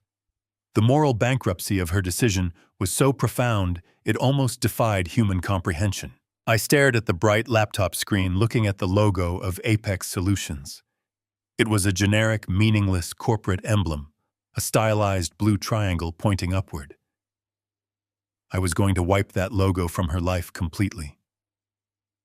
Gregory, I need to know exactly how to dismantle this specific corporate structure. I commanded, my voice dropping to a harsh, dangerous whisper. I want to know who their largest clients are. I want to find the vulnerable points in their supply chain. If Richard has unilateral power, I want to find the people who have the power to destroy Richard. We are going to orchestrate a scandal so severe that Apex Solutions will have no choice but to purge their entire regional leadership team just to survive the public relations fallout. Gregory did not answer immediately. He was staring at the laptop screen, his brow furrowed in deep concentration. He had clicked on a separate tab labeled Parent Company and Affiliations. The rhythmic tapping of his fingers against the keyboard had completely stopped. He was completely still, his eyes scanning a newly loaded document with an intensity that immediately grabbed my attention. Gregory is a man who is rarely surprised by anything in the financial sector. He has seen every type of corporate fraud, every hidden offshore account, and every dirty backroom deal imaginable. But as he read the text on the glowing screen, a look of genuine, profound shock slowly washed over his sharp features. Wait. Harrison. Gregory breathed, his voice suddenly sounding tight and incredibly focused. This is recent. This is incredibly recent. The corporate database has just updated its merger and acquisition logs for the previous financial quarter. He reached out and physically pulled the laptop closer to the center of the table, turning the screen so that it directly faced me. Apex Solutions is no longer an independent, privately held entity. They were acquired in a highly aggressive, rapid, hostile takeover exactly 5 weeks ago. The acquisition was executed quietly to avoid market volatility, but the paperwork was officially finalized and filed with the Securities and Exchange Commission just last month. They are now a wholly owned subsidiary, a subsidiary of whom I demanded my eyes scanning the dense legal text displayed on the screen. The financial terminology was complex, deliberately written to obscure the direct chain of ownership, a standard tactic used in aggressive corporate consolidations. I leaned in, tracing my finger down the digital page, searching for the name of the parent conglomerate that had swallowed the marketing firm whole. Look right there, at the primary holding entity, Gregory instructed, pointing to a bolded line of text near the bottom of the acquisition summary. I followed his finger, my eyes locking onto the capitalized words resting plainly on the bright screen. The parent company that had purchased Apex Solutions, the massive corporate behemoth that now held absolute dictatorial control over every single employee, every executive decision, and every operational budget within the smaller firm, was Vanguard Holdings. The air in my lungs froze. The ambient noise of the cigar lounge, the clinking of heavy crystal glasses, the low murmur of hushed business conversations simply faded into absolute nothingness. Vanguard Holdings. It was not a random investment group. It was not a nameless, faceless corporate titan. Vanguard Holdings was the exact conglomerate where I held 42% of the voting shares. It was the same executive board of directors where I currently sat as the majority stakeholder. A slow, terrifying smile spread across my weathered face as the ultimate weapon fell effortlessly into my waiting lap. I leaned back against the tufted leather of the booth, the heavy silence of the cigar lounge wrapping around me like a comforting shroud. The sheer, magnificent irony of the situation was almost too perfect to comprehend. Valerie had orchestrated an elaborate, cold-blooded deception, trading the life of my grandchild for a modest ascension up a corporate ladder. She had sacrificed her humanity to impress a corrupt vice president, fully believing she was conquering an independent fortress. She had absolutely no idea that the fortress she had just sold her soul to enter belonged entirely to me. I looked across the polished table at my attorney. "Gregory," I said, my voice dropping to a low, resonant cadence that carried the absolute weight of a financial executioner. "You and I both know the acquisition history of Vanguard Holdings intimately. I do not just sit on their executive board as a passive observer. I am the foundational investor. I own 42% of Vanguard's voting shares. The corporate charter explicitly grants the majority stakeholders the unilateral authority to intervene in the operational management of any newly acquired subsidiary, especially in matters concerning severe ethical violations and gross executive misconduct." Gregory slowly closed the laptop, a rare predatory gleam igniting in his dark eyes. He understood instantly. The game of chess was over before Valerie even realized she was sitting at the board. We were no longer fighting a defensive battle in the muddy trenches of domestic disputes. We were preparing to launch a surgical, catastrophic strike from the very top of the corporate stratosphere.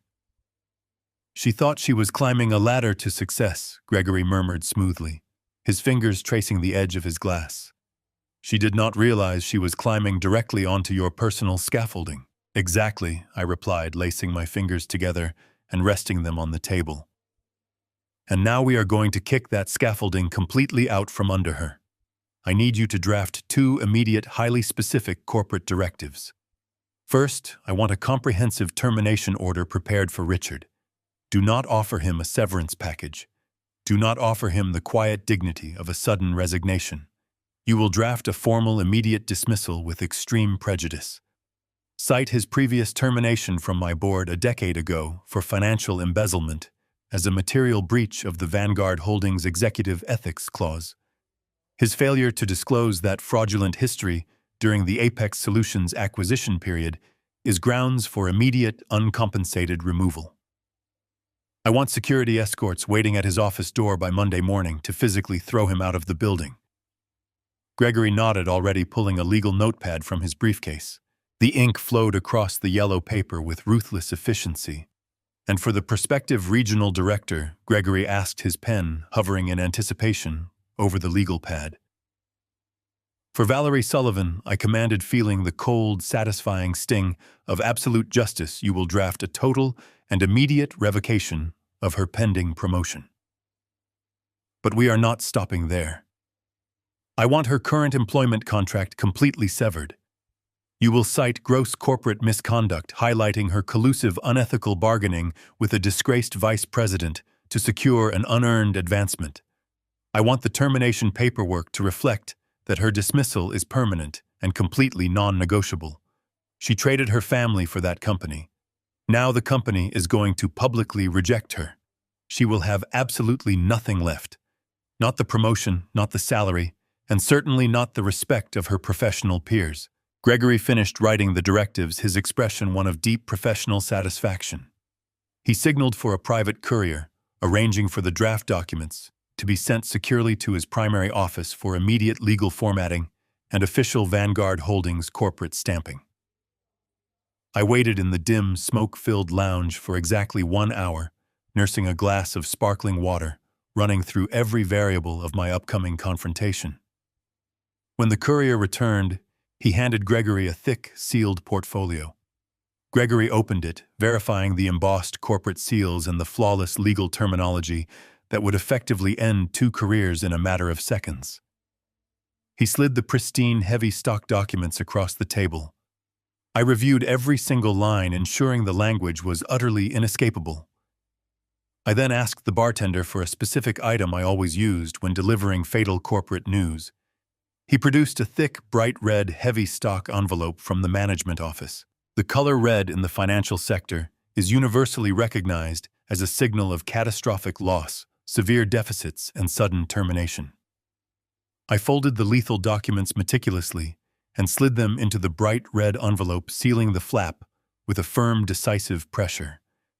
This envelope was no longer just paper. It was the physical manifestation of consequence.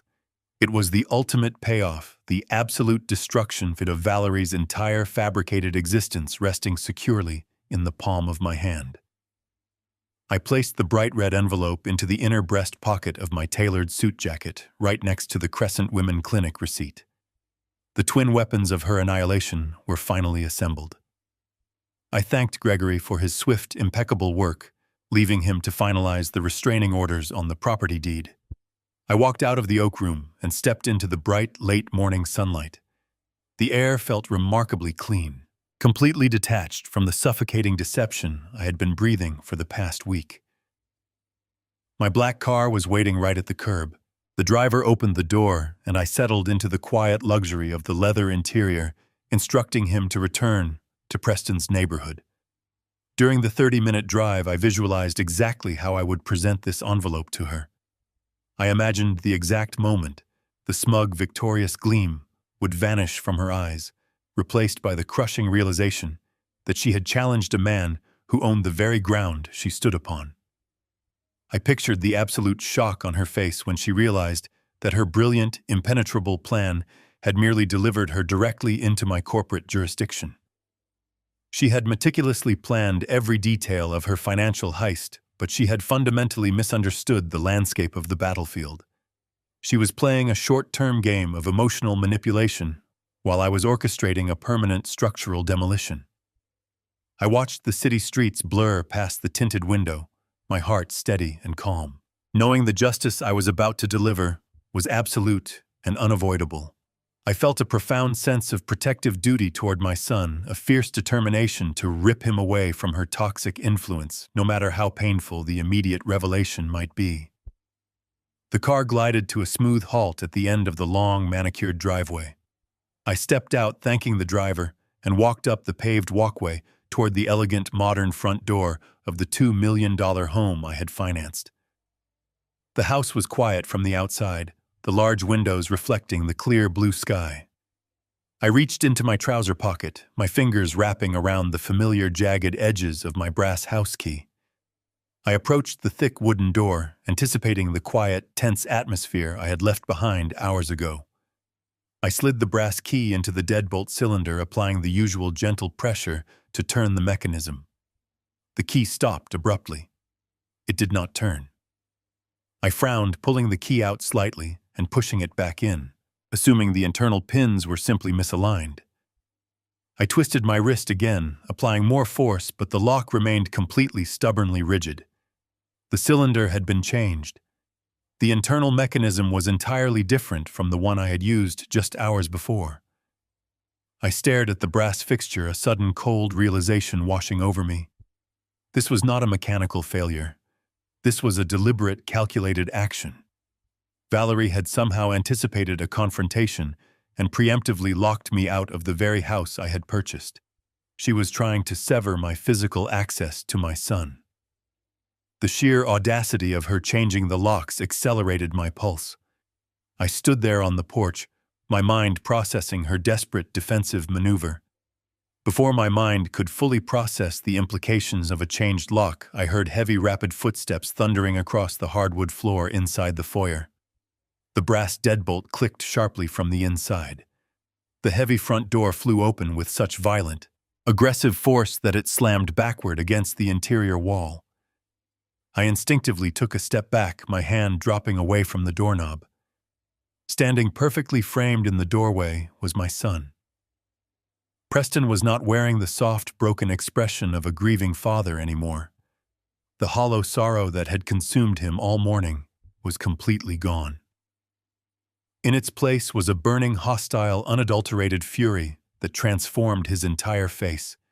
His chest was heaving, His fists were clenched so tightly at his sides that his knuckles were stark white, and his entire body was shaking with an explosive, terrifying rage. The air between us seemed to crackle with an invisible, violent electricity. I stood on the threshold of the home I had purchased, staring into the face of a son I barely recognized.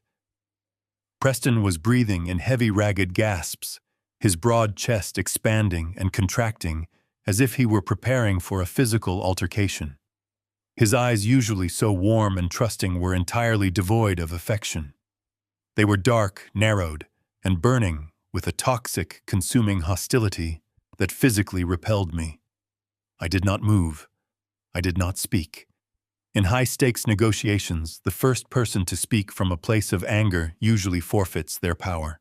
I simply stood my ground, my hands resting calmly at my sides, the heavy red envelope burning a hole in my inner coat pocket. Dad Preston growled, his voice vibrating with a low, dangerous frequency that echoed off the high ceilings of the foyer. "Give me your keys. Give me your keys right now." I kept my expression perfectly neutral, projecting an aura of calm authority. I slowly reached into my trouser pocket, retrieving the brass key that had failed to turn the deadbolt. I held it out on the flat of my palm. Preston snatched it from my hand with a vicious, sudden movement, his fingers brushing against mine with freezing hostility. He threw the key over his shoulder. It clattered harshly against the hardwood floor of the hallway, a sharp metallic sound that signified the absolute severing of my access to his life. "You changed the locks," I observed, keeping my tone mild and conversational, completely ignoring the aggressive posturing. "I changed the locks to protect my family from you," Preston spat, stepping forward to close the distance between us. He was towering over me, using his physical size to intimidate something he had never dared to do in his entire 35 years of existence. "I thought you were just an insensitive, calculating old man. I thought you just lacked emotional intelligence. But you are a monster. You are a cruel, heartless monster, and I will never let you near her again." The sheer venom in his words was staggering, but my mind was already racing ahead, analyzing the tactical shift in the battlefield. Valerie had sensed my absence. She had recognized that my quiet surrender earlier that morning was completely out of character for a man of my reputation. She had correctly deduced that I was not retreating, but rather retreating to gather ammunition. Her survival instinct had kicked in, and she had decided to launch a massive preemptive strike to completely isolate me from my son before I could present my evidence. I needed to see exactly what kind of narrative she had constructed. "Preston," I said, my voice steady and unwavering, "I have been out of this house for several hours. I do not know what narrative has been presented to you in my absence, but I strongly suggest you take a deep breath and look at this situation objectively." "Do not tell me to be objective," he roared, the volume of his voice shattering the quiet suburban morning. "Do not stand there in your expensive suit and patronize me. I know exactly what you did. I know exactly what you said to her when you thought no one was around to hear your sick, twisted abuse." Right on cue, as if she had been waiting in the wings for her dramatic entrance, Valerie emerged from the shadows of the living room archway. She did not walk. She trembled. She moved with a slow, agonizing stiffness, clutching her own shoulders, as if she were desperately trying to hold her shattered body together.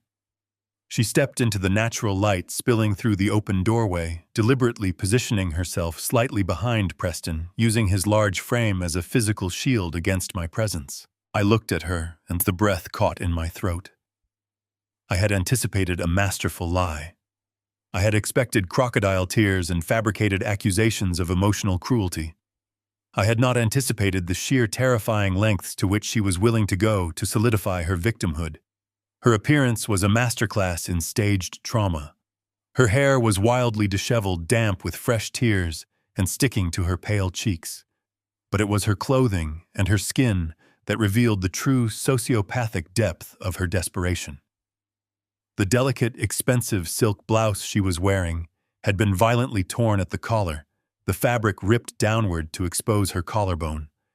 And running along the pale, exposed skin of her left forearm were 3 distinct, angry red scratches.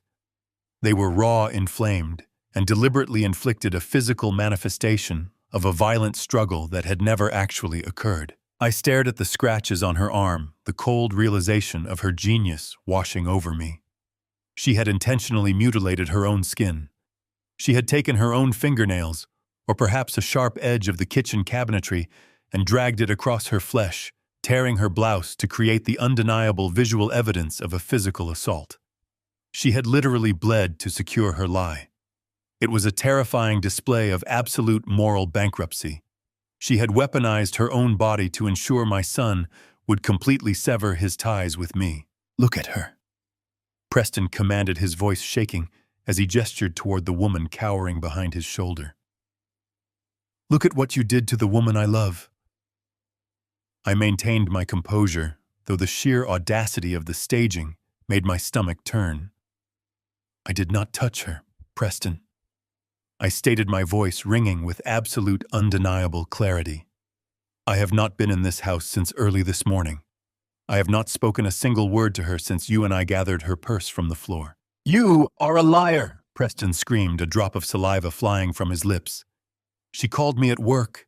She was completely hysterical. She could barely breathe. She told me you cornered her in the kitchen the moment I left. She told me you trapped her against the counters and refused to let her leave." Valerie let out a soft, whimpering sob, burying her face into the back of Preston's shirt. He reached back, resting a protective hand on her waist, pulling her closer. "She told me you grabbed her arm." Preston continued, pointing a trembling finger at the angry red marks on her skin.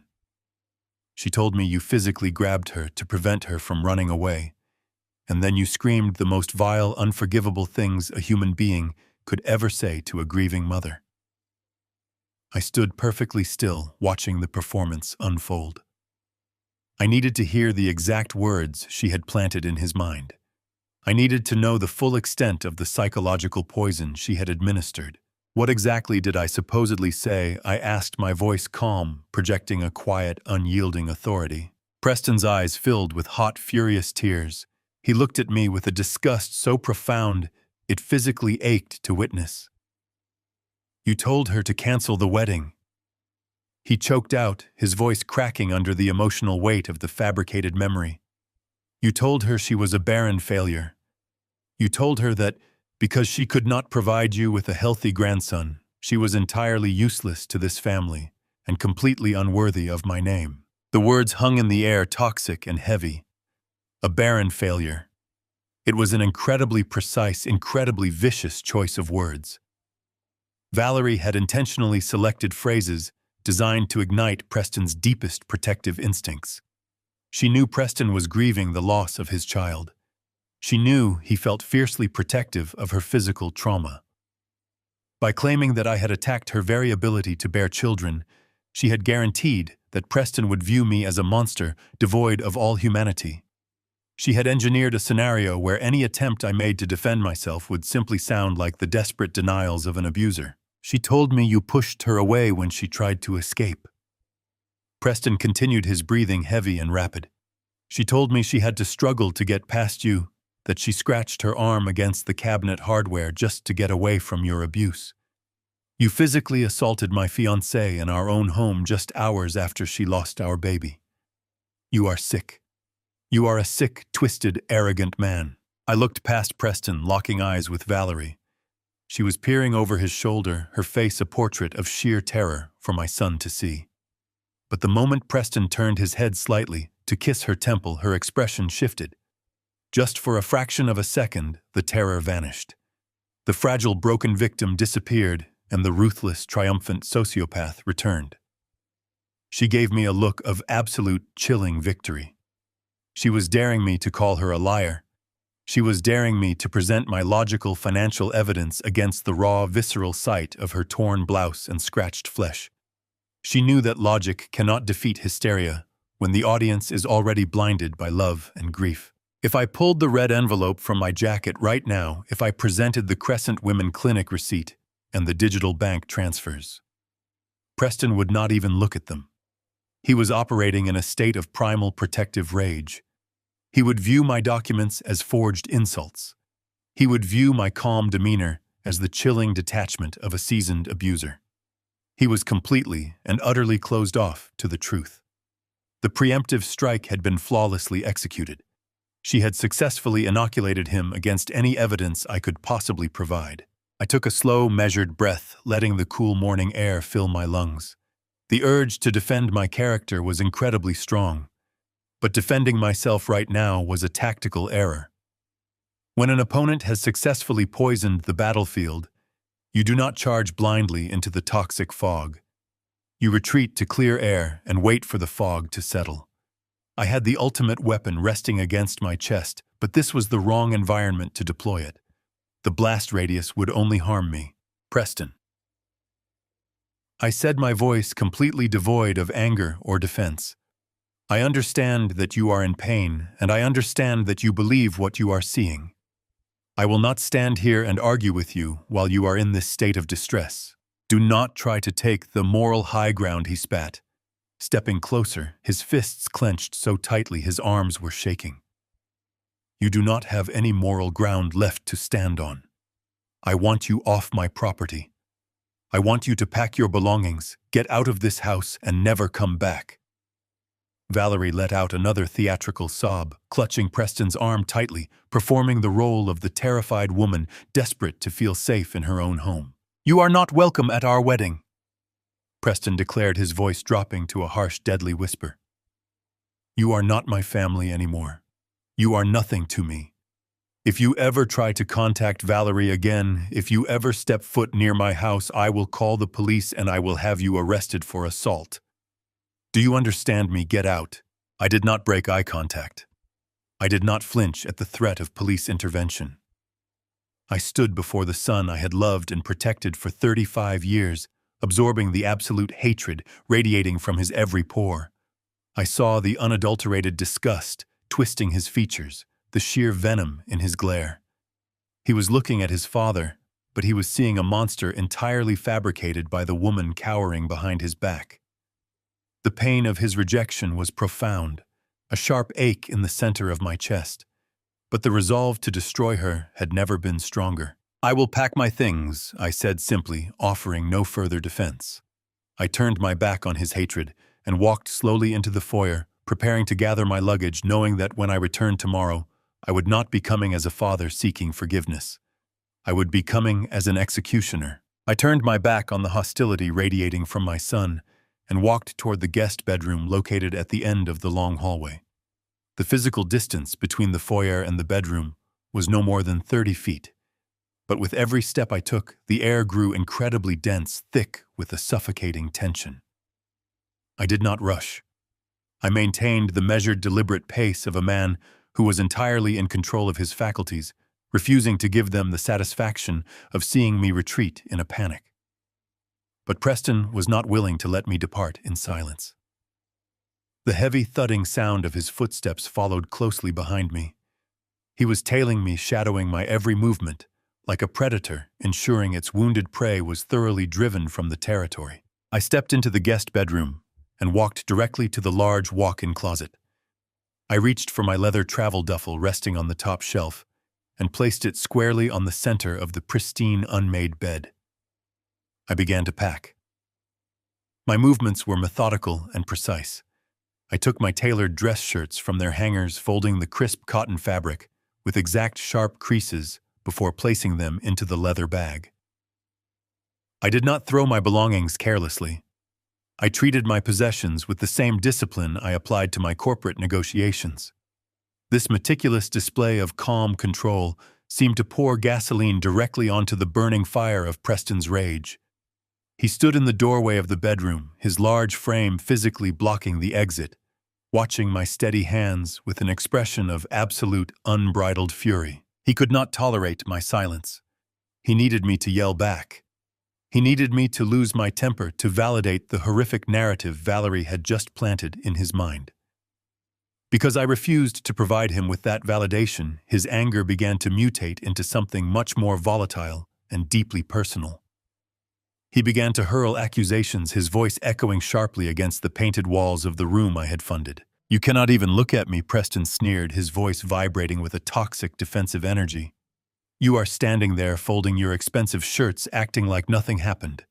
acting like you did not just physically and emotionally assault the woman I am going to marry. You are treating this exactly like one of your ruthless corporate acquisitions.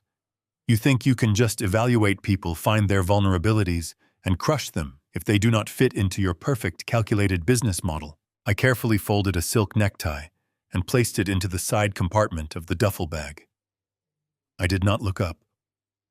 I let his words wash over me, recognizing that they were not actually his words at all. He was simply repeating the psychological poison Valerie had systematically dripped into his ear. She had convinced him that my analytical nature was a weapon transforming my protective fatherly instincts into the cold, heartless calculations of a billionaire who only cared about absolute control. "You have never wanted me to be happy," Preston shouted, stepping fully into the bedroom, completely invading my personal space. The volume of his voice caused the glass lampshade on the bedside table to rattle faintly. "From the very moment I introduced you to Valerie, you have looked down on her. You thought she was not good enough for the Caldwell empire. You thought she was just a middle management employee who did not deserve to sit at your pristine dining table. You have spent the last 2 years waiting for her to make a mistake, waiting for an opportunity to tear her down, and prove that you were right all along." He was breathing heavily now, his chest heaving with the physical exertion of his shouting. The raw grief he felt over the fabricated loss of his child had been entirely weaponized, channeled into a blinding, destructive rage directed solely at me.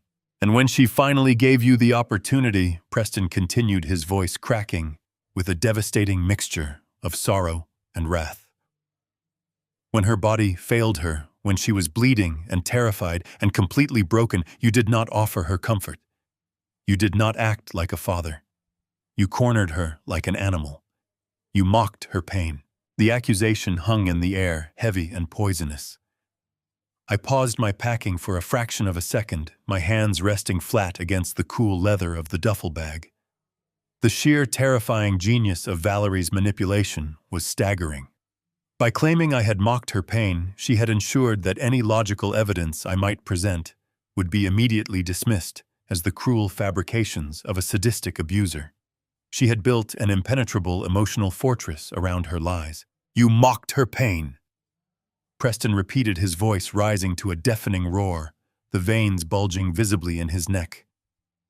"You physically cornered a grieving mother and told her she was a barren failure. You told her she was useless because she could not provide you with a genetic heir to inherit your precious corporate throne. You never wanted me to be happy. You only wanted me to be an extension of your own massive ego." He took another aggressive step forward, closing the distance between us until he was standing merely inches away from my shoulder. I could feel the heat radiating from his body. I could smell the bitter tang of adrenaline and dried tears.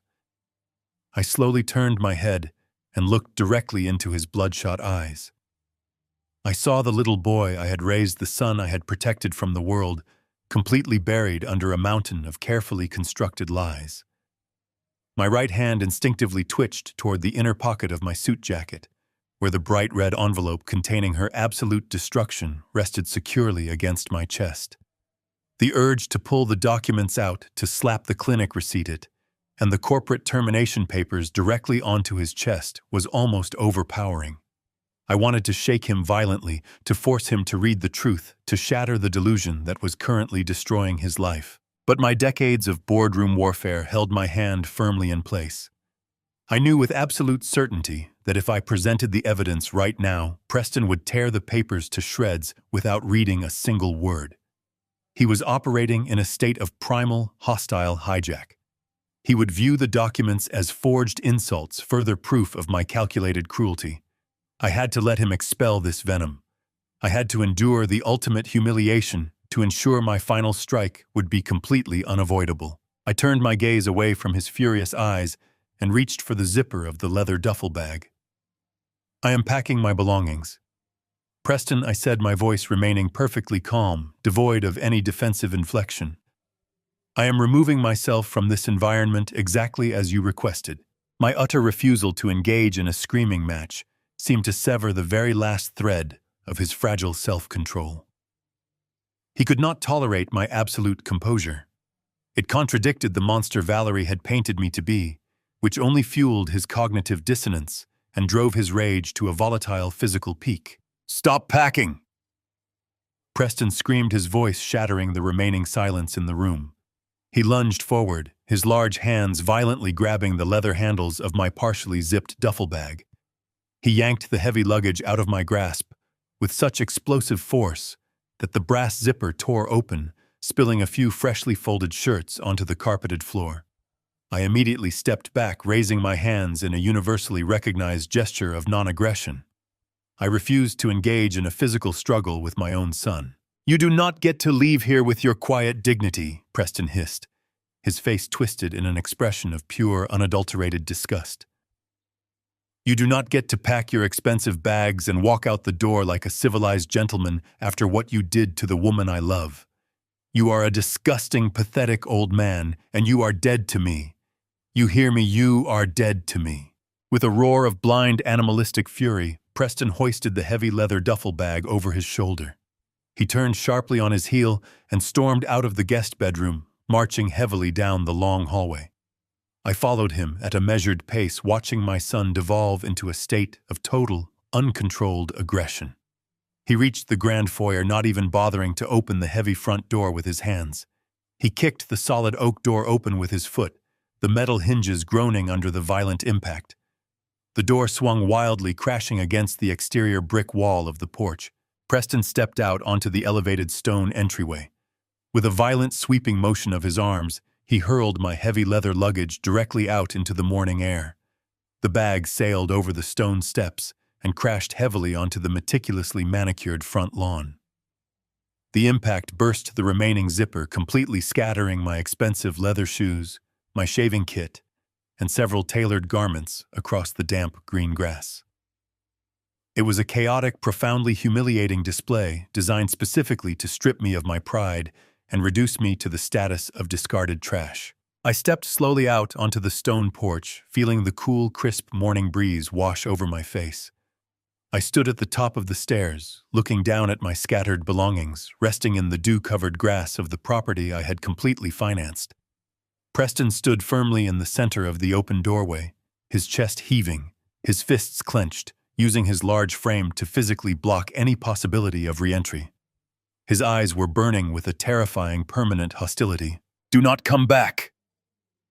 Preston demanded, his voice dropping to a harsh, lethal whisper that carried clearly in the quiet suburban air. "Do not call my phone. Do not attempt to contact Valerie. You are officially banned from the wedding tomorrow morning. If you dare to show your face at that church, if you try to ruin our ceremony with your toxic, controlling presence, I will have the security guards physically drag you out into the street. You are no longer my father. We are finished." He stood there, breathing heavily, waiting for my reaction. He wanted me to beg.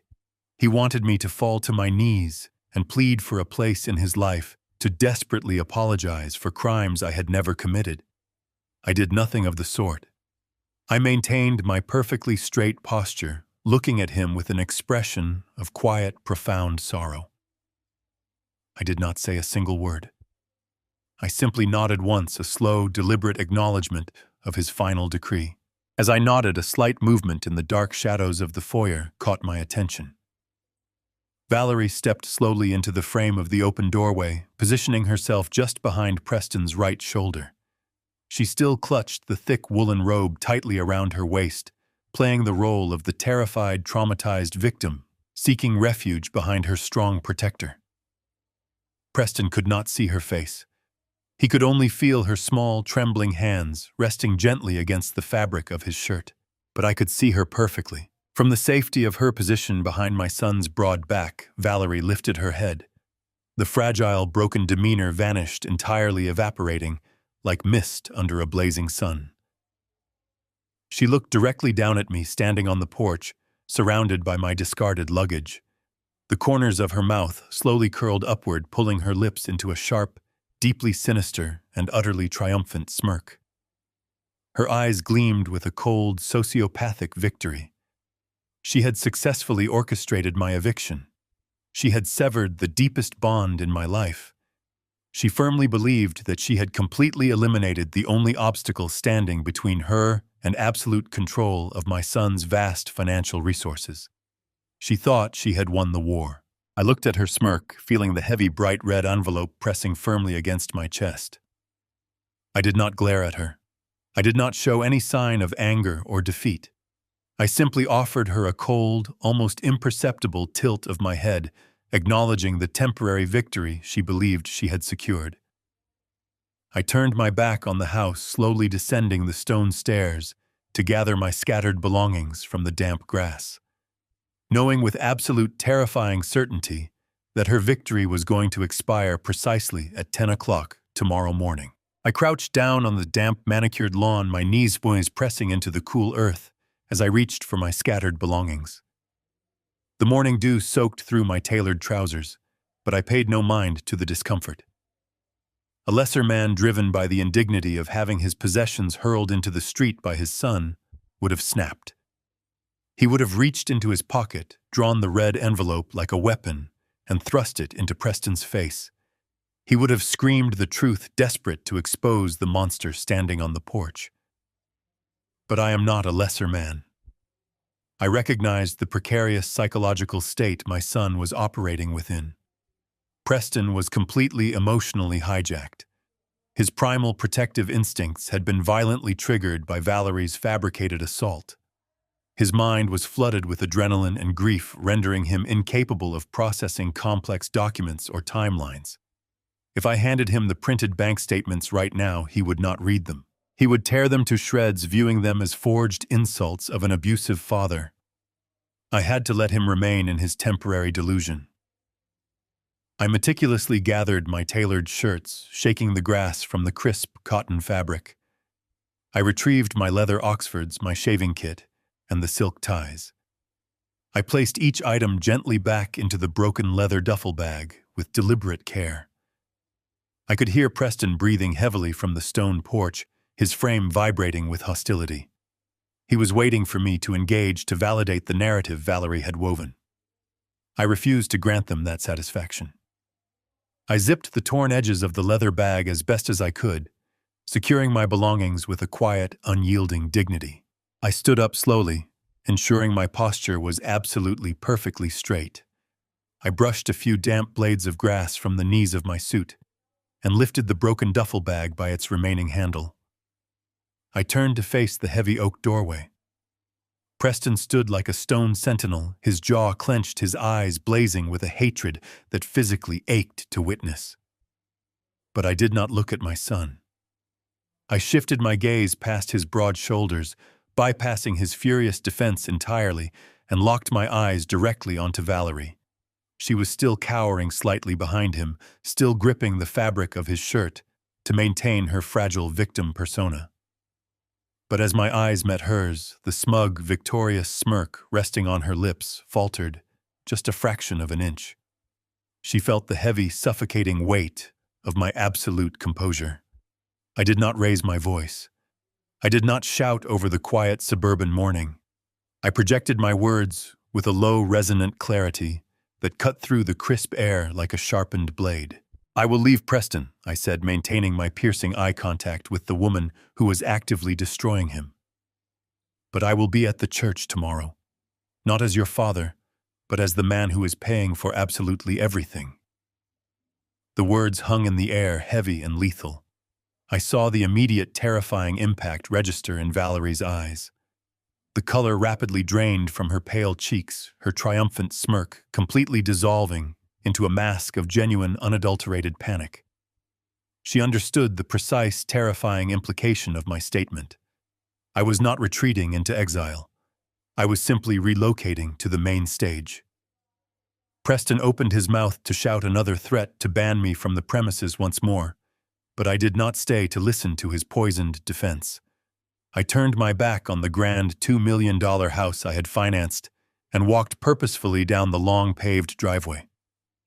My black car was waiting at the curb, the driver standing at strict attention. He opened the rear door, and I slid into the quiet, soundproof sanctuary of the leather interior. The heavy door closed with a solid, definitive thud, severing me from the toxic atmosphere of the property. Please return to the primary residence, I instructed the driver. As the powerful vehicle glided away from the curb, I reached into my inner coat pocket and rested my hand against the bright red envelope. The trap was fully primed. I just needed to wait for the sun to rise on her perfect day. The remaining 24 hours were an exercise in absolute psychological endurance. I returned to my primary estate in the city, the large, quiet house feeling incredibly empty without the presence of my family. I spent the afternoon in my private study, sitting behind my heavy mahogany desk, reviewing the catastrophic documents contained within the red envelope one final time. I examined the printed receipt from the Crescent Women Clinic, tracing the bold ink that confirmed her elective termination. I reviewed the digital bank logs detailing the stolen emergency funds. I read over the lethal corporate termination orders drafted by Gregory Reed, finalizing the immediate destruction of her career at Vanguard Holdings. Every single document was flawless. Every piece of evidence was an undeniable, irrefutable truth that would shatter her lies upon impact. I placed the documents back into the heavy red stock envelope and sealed the flap. I did not sleep that night. I sat in the leather armchair by the window, watching the city lights flicker and fade as the hours slowly ticked away. My heart was heavy with the knowledge of the pain I was about to inflict upon my son. Breaking a delusion is a violent, agonizing process. I knew that when I presented this evidence, I would be destroying the future he thought he was building. I would be breaking his heart in front of hundreds of people. But a surgeon must sometimes break a bone to reset it properly, to save the limb from permanent rotting infection. Valerie was an infection. She was a lethal parasite draining my son of his wealth, his joy, and his fundamental grasp on reality. To save him, I had to destroy her completely publicly and without a single ounce of mercy. I watched the dawn break over the skyline, the pale morning light signaling the arrival of the reckoning. I stood up, showered, and prepared myself for the execution. I dressed in a black bespoke suit, a stark, formal garment devoid of any celebratory color. It was the uniform of a man attending a funeral, not a wedding. I placed the red envelope into my inner breast pocket, feeling its heavy, rigid presence against my ribs. I walked out to my waiting car, my mind perfectly clear, my resolve absolute. Fast forward to Saturday morning. The historic downtown cathedral was a masterpiece of vaulted stone and stained glass windows. It was packed to absolute capacity with 300 expecting guests. The sanctuary air was thick with the scent of imported white roses. I had paid for every single blossom, every velvet ribbon, and every hour of the venue rental. The atmosphere hummed with the hushed excitement of high society anticipating a romantic spectacle. The groom's side was filled with my associates, while the bride's side overflowed with Valerie's network of marketing executives. Preston stood at the front of the altar, flanked by his groomsmen. From outside the vestibule doors, I could see his broad shoulders rigid with tension. He looked incredibly handsome in his tailored tuxedo, but his face was pale, his eyes darting nervously toward the back of the church.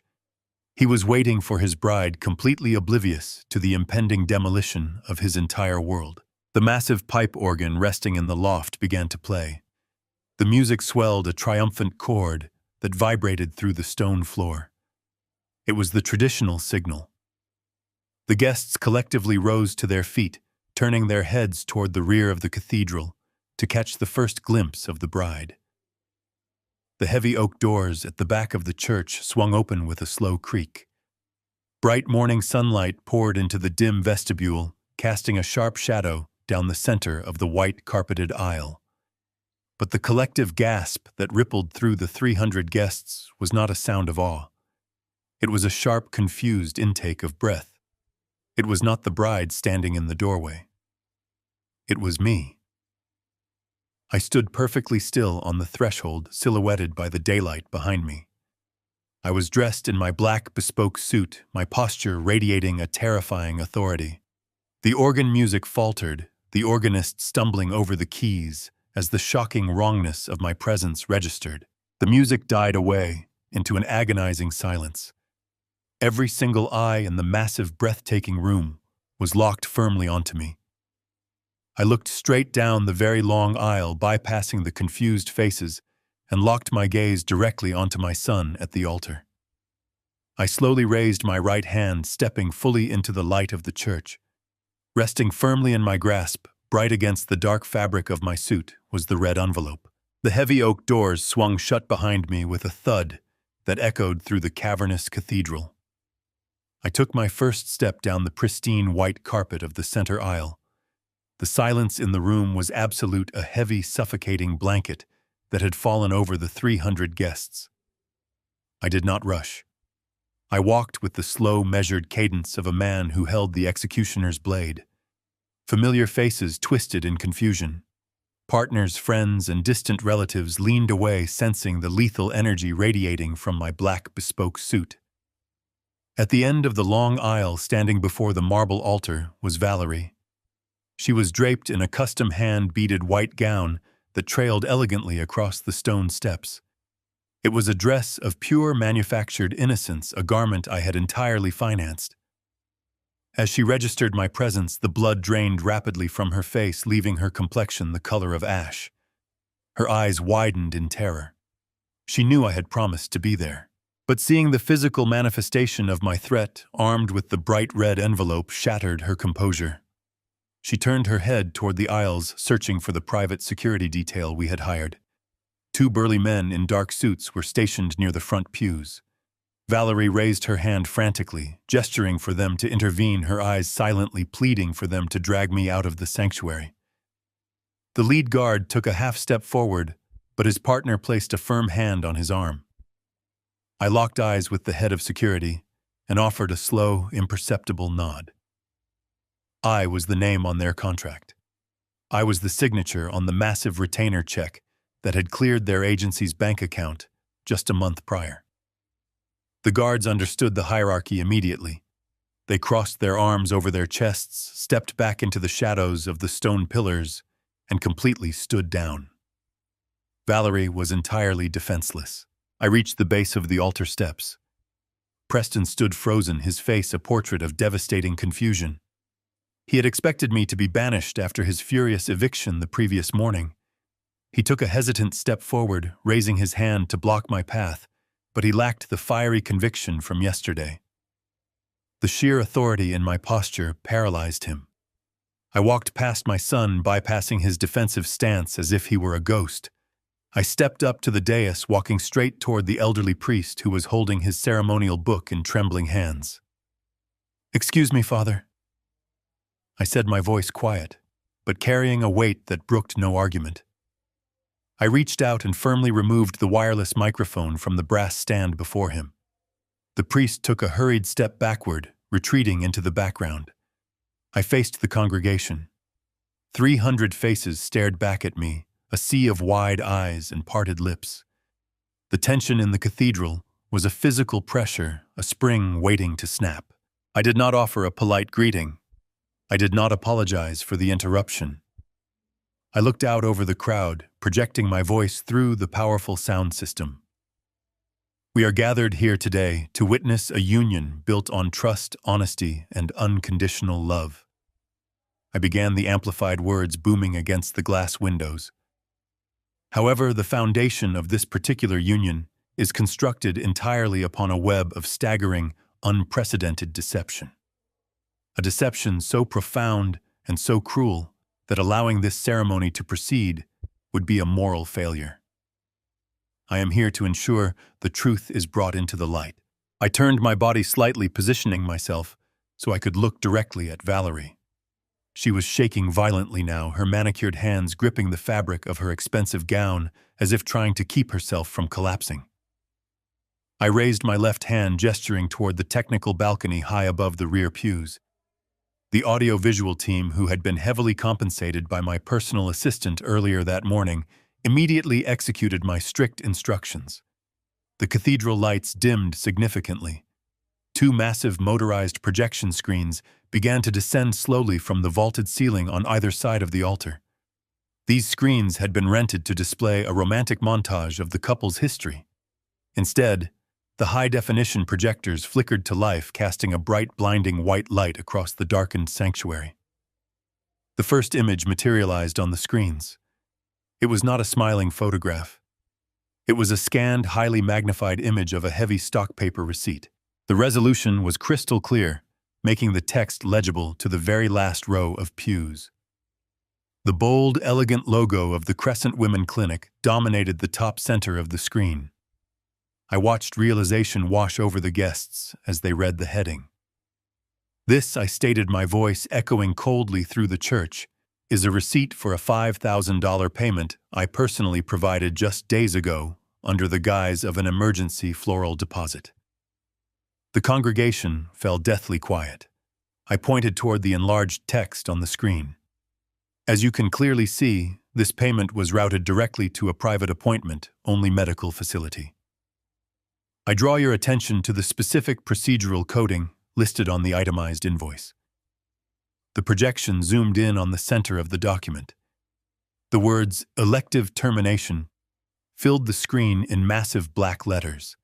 Right below it, undeniably authentic and enlarged, was Valerie Sullivan's signature. I then pointed to the top right corner. And finally, I direct your attention to the date and timestamp of this procedure. It was executed and finalized the exact afternoon before the bride tragically claimed to have suffered a spontaneous miscarriage in the middle of the night. A collective gasp erupted from 300 throats simultaneously. It was a wave of pure shock that reverberated through the stone architecture. Whispers ignited across the pews. Relatives covered their mouths in horror. Colleagues stared at the screen in disbelief. The illusion of the grieving, fragile bride was instantly and violently shattered, replaced by the towering, undeniable proof of her sociopathy. Valerie let out a strangled, breathless sound. She took a step backward, her knees buckling slightly under the weight of the enormous gown. She looked like a cornered animal darting her eyes desperately toward the exits, realizing there was no escape from the digital guillotine hanging over her head. But I was not finished. The medical receipt was merely the foundation of her betrayal. I needed to expose the putrid driving force behind her actions. I gestured to the balcony once more. The image of the clinic receipt vanished instantly, replaced by a stark, high-contrast screenshot of a corporate email thread. The sender was Valerie Sullivan, and the recipient was Richard, her superior. This was not a tragic biological failing, I announced, my voice cutting through the rising murmur like a blade. This was a calculated, premeditated corporate transaction. The email displayed on the screen was short, brutal, and devoid of any human emotion. The text was magnified to an inescapable size. Preston, who had been standing frozen in a state of paralyzing shock, slowly turned his head to look at the massive screen projecting next to the altar. His young face was entirely drained of all color. He looked like a man struck by a speeding vehicle. He stared at the glowing screen, his eyes tracking the bold black letters his fiancée had sent. The words burned themselves into the retinas of everyone present. "Clear the maternity hurdle, Richard. The promotion is mine." The silence that followed was apocalyptic. It was the sound of a universe completely collapsing in on itself. The sheer, naked ambition contained within those two sentences was terrifying. She had reduced to human life the child my son had wept for, the family he had desperately craved, to a mere logistical hurdle blocking her path to a regional director title. I watched my son process the words. I watched the realization violently penetrate the thick fortress of denial he had built around his heart. The cognitive dissonance shattered with an almost audible crack. His breathing became incredibly rapid, shallow, and erratic. The illusion he had loved the woman he had defended against me just 24 hours ago dissolved completely, leaving behind a cold, calculating stranger who had utilized his grief as a convenient alibi. Preston let out a low, agonizing sound, born of absolute devastating heartbreak. He stumbled backward, his feet tangling in the white carpet. His hands reached out blindly, seeking an anchor in a world spinning out of control.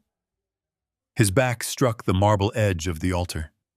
He collapsed against the cold stone, his broad shoulders sliding down the altar front, as his legs gave way. He gripped the marble edge, his tense knuckles white, his head bowing forward, as the betrayal broke him completely. Preston collapsed against the cold marble altar, a broken man destroyed by the undeniable truth projected across the cathedral screens. The absolute silence that followed was suffocating, a heavy vacuum, waiting for the inevitable explosion. Valerie stared at the glowing emails, her chest heaving violently. The carefully crafted mask of the grieving, fragile bride peeled away, revealing the raw, frantic desperation of a cornered predator. The sudden realization that her impenetrable fortress of lies had just been utterly obliterated pushed her past the point of rational thought. She did not rush to comfort my son. She did not attempt to deny the digital evidence illuminating the sanctuary. Her survival instinct simply shattered into pure, unfiltered rage. She let out a guttural, feral shriek that tore through the holy space, lifting the heavy skirts of her custom-beaded gown and lunging directly at me. Her manicured hands clawed through the air, desperate to rip the microphone from my grasp. I did not step back. I merely shifted my weight, turning my shoulder just enough to evade her frantic grasp. She stumbled forward, her designer heels catching on the thick white carpet, nearly falling, before she caught herself on the edge of the brass microphone stand. She spun around to face me, her eyes completely wild, her perfectly styled hair falling in chaotic strands across her pale face. The veil, an expensive symbol of purity, twisted awkwardly around her shoulders. "You are insane," she screamed, her voice shrill and entirely devoid of the soft melodic tone she had used to manipulate my son for years. She pointed a trembling finger at my chest, completely abandoning the weeping victim persona. "It is my body. It is my life. You have absolutely no right to stand there and judge the choices I make for my own future. That regional director job is a $60,000 raise. It is a massive leap in my career. You, rich, arrogant, out-of-touch old fossil. You were born into money and power. You have absolutely no idea what it takes for a woman to get to the top of the corporate ladder in this world. You do not know the sacrifices required to build an empire from scratch." She was panting heavily, practically spitting the words at me, justifying her horrific betrayal with the twisted sociopathic logic of unchecked ambition. She stood before 300 guests, openly defending the termination of my grandchild as a necessary and completely justified career maneuver. A ripple of absolute disgust spread through the congregation. Relatives on her own side of the aisle physically recoiled, burying their faces in their hands, utterly repulsed by the monstrous reality standing before them. I looked down at her. She was a pathetic, trembling creature entirely consumed by her own toxic greed. I did not raise my voice to match her hysterical volume. I kept my tone terrifyingly calm, allowing the microphone to amplify the chilling evenness of my words. "You traded my grandchild for $60,000, I stated, the syllables dropping like heavy stones into the quiet cathedral. "You traded the absolute devotion of a good man, a beautiful future, and the continuation of my family line for a modest salary bump and a temporary title at Apex Solutions. You calculated the monetary value of a human life and decided it was worth a corner office. The pure, unadulterated evil of that transaction is staggering. But your morality is not what ultimately destroyed you today, Valerie. What destroyed you today was your staggering, blinding arrogance. You assumed you were the smartest person in the room. You assumed you were playing a brilliant, flawless game of corporate chess. But you failed to perform the most basic fundamental task of any competent executive. You failed to research the battlefield before you launched your offensive. You failed to investigate the exact entity that acquired Apex Solutions in a highly aggressive, rapid, hostile takeover just last month." Her frantic breathing stalled. The manic defensive rage twisting her features suddenly faltered, replaced by a creeping, icy shadow of genuine confusion. She blinked rapidly, her wild eyes darting between my impassive face and the massive projection screens, trying to comprehend the sudden shift in my strategy. I did not give her a single moment to process the danger. I reached into the inner breast pocket of my tailored black suit and withdrew my smartphone. I tapped the screen navigating to my active call log and selected the secure line of my private attorney. I held the mobile device directly up to the microphone, ensuring the audio output would broadcast loudly and clearly through the entire cathedral sound system. The line connected immediately. Gregory I commanded my voice, resonating with the absolute crushing authority of a corporate executioner. The preparation phase is completely finished. I want you to initiate the corporate purge right now. The deep, gravelly voice of Gregory Reed echoed through the sanctuary speakers, cold and efficient. Consider it done, Harrison. I looked directly into Valerie's widening eyes as the fatal blow was delivered. Richard is officially fired, I announced to the silent congregation, my words acting as the final nails in her coffin. He has been terminated with extreme prejudice for a material breach of executive ethics.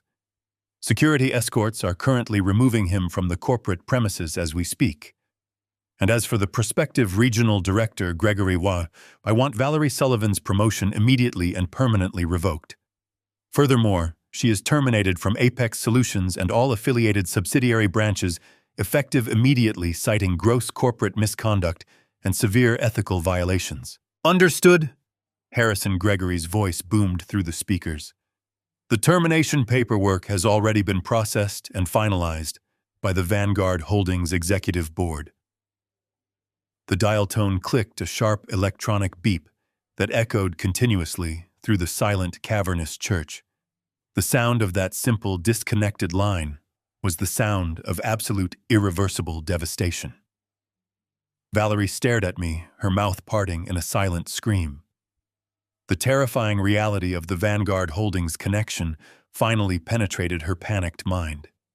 She realized that she had just sold her soul to climb a ladder that I personally owned. She realized that I possessed the unilateral dictatorial power to crush her professional existence with a single phone call. The profound gravity of her total defeat crushed her physical strength. Her legs gave way beneath the heavy layers of her custom silk gown. She dropped heavily to her knees on the hard stone floor. The pristine, expensive white veil, a garment I had generously financed, slipped from her trembling shoulders and fell directly into the dust and dirt accumulated on the marble tiles. She knelt there, a broken, empty shell of a woman, surrounded by 300 completely silent witnesses. In the span of exactly 60 seconds, the brilliant, untouchable empire she thought she had masterfully constructed completely evaporated into thin air. She looked toward the altar, but Preston had already turned his back on her, burying his face in his hands, completely severed from her toxic grip. She realized she had lost the deeply devoted fiancé who would have given her the world. She realized she had lost the $2 million home she had desperately tried to steal. She realized she had lost the highly coveted executive job she had sacrificed a human life to obtain. She had traded absolutely everything that truly mattered for a momentary illusion of corporate power, and now she was left with absolutely nothing at all. The crushing weight of her failure was absolute. She remained on her knees, her manicured hands grasping blindly at the rich white carpet, as if searching for a lifeline that no longer existed. The majestic organ, which had been poised to play a triumphant wedding march just minutes before, stood perfectly silent in the choir loft above. The vibrant morning sunlight filtering through the magnificent stained glass windows seemed to mock the deep, irreversible darkness she had brought upon herself. Whispers began to ripple through the massive crowd once more, a low buzzing current of judgment and absolute condemnation. Her own parents, seated in the prestigious front row, were frozen in a state of mortified shock, completely unable to look at the daughter they had raised. The impenetrable wall of her perfect, curated life had been violently dismantled, exposing the terrifying hollow void underneath. I stood motionless on the altar, the brass microphone still gripped firmly in my hand, observing the absolute destruction of the woman who had sought to destroy my son. I felt no triumph. I felt no joy in witnessing her total collapse. I only felt the cold, unwavering satisfaction of a man who had successfully excised a fatal disease from his family bloodline. The execution was flawless, the justice was absolute, and the war was finally over. The path forward would be incredibly painful for my son, but he would survive. He would heal, and he would never again be blinded by the toxic illusion of her ambition. The microphone slipped from my fingers, landing on the marble altar with a dull, heavy thud.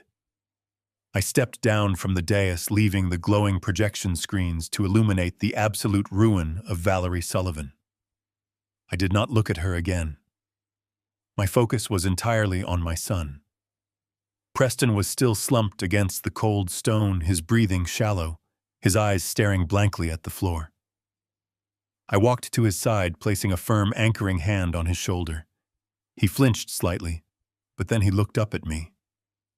The hatred that had burned in his eyes yesterday was completely extinguished. In its place was a profound, shattered realization. He did not say a word. He did not need to. I gripped his arm, pulling him gently but firmly to his feet. "Come with me, Preston," I said softly. "We are going home." He nodded a slow, mechanical movement. We turned our backs on the altar and began the long walk down the center aisle. The 300 guests parted like the sea, giving us a wide, silent berth. No one whispered. No one moved to stop us. The only sound in the cavernous cathedral was the echoing click of my leather shoes and the ragged, pathetic sobbing of the woman we were leaving behind. We pushed through the heavy oak doors, stepping out into the bright morning sunlight, and left the shattered remnants of her deception in the dark.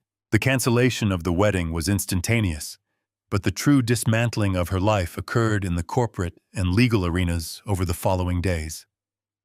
Gregory Reed executed my directives with the ruthless precision of a military strike. The transfer of the property deed was completely halted before the county clerk could even process the ink. Gregory filed an emergency injunction burying the transaction in a mountain of legal contestations, citing severe emotional coercion and fraudulent intent. Valerie, stripped of her six-figure salary and blacklisted from the marketing industry, suddenly found herself facing a massive, insurmountable wall of legal debt. She attempted to hire a high-profile defense attorney to fight the property injunction, but without the corporate backing of Apex Solutions or the massive financial safety net she had desperately tried to steal from my grieving son, her limited personal resources simply evaporated within a few short weeks. She was forced to vacate the city, retreating to her parents' home in absolute disgrace. She had gambled her entire existence on a ruthless, sociopathic bluff, and she had lost every single chip on the table. She became nothing more than a cautionary tale whispered in the corridors of Vanguard Holdings, a ghost of corporate greed completely erased from our family history. Time is the only true currency we possess, and it is the only force capable of smoothing the jagged edges of a profound betrayal. It has been exactly 6 months since we walked out of that cathedral. The crisp autumn air has settled over my estate, painting the leaves in deep shades of gold and crimson. I am sitting on the expansive wooden porch overlooking the lake, holding a warm mug of dark roast coffee. The quiet morning routine is a comfort we have slowly reclaimed. The heavy mahogany front door opens, and Preston steps out onto the porch carrying his own mug.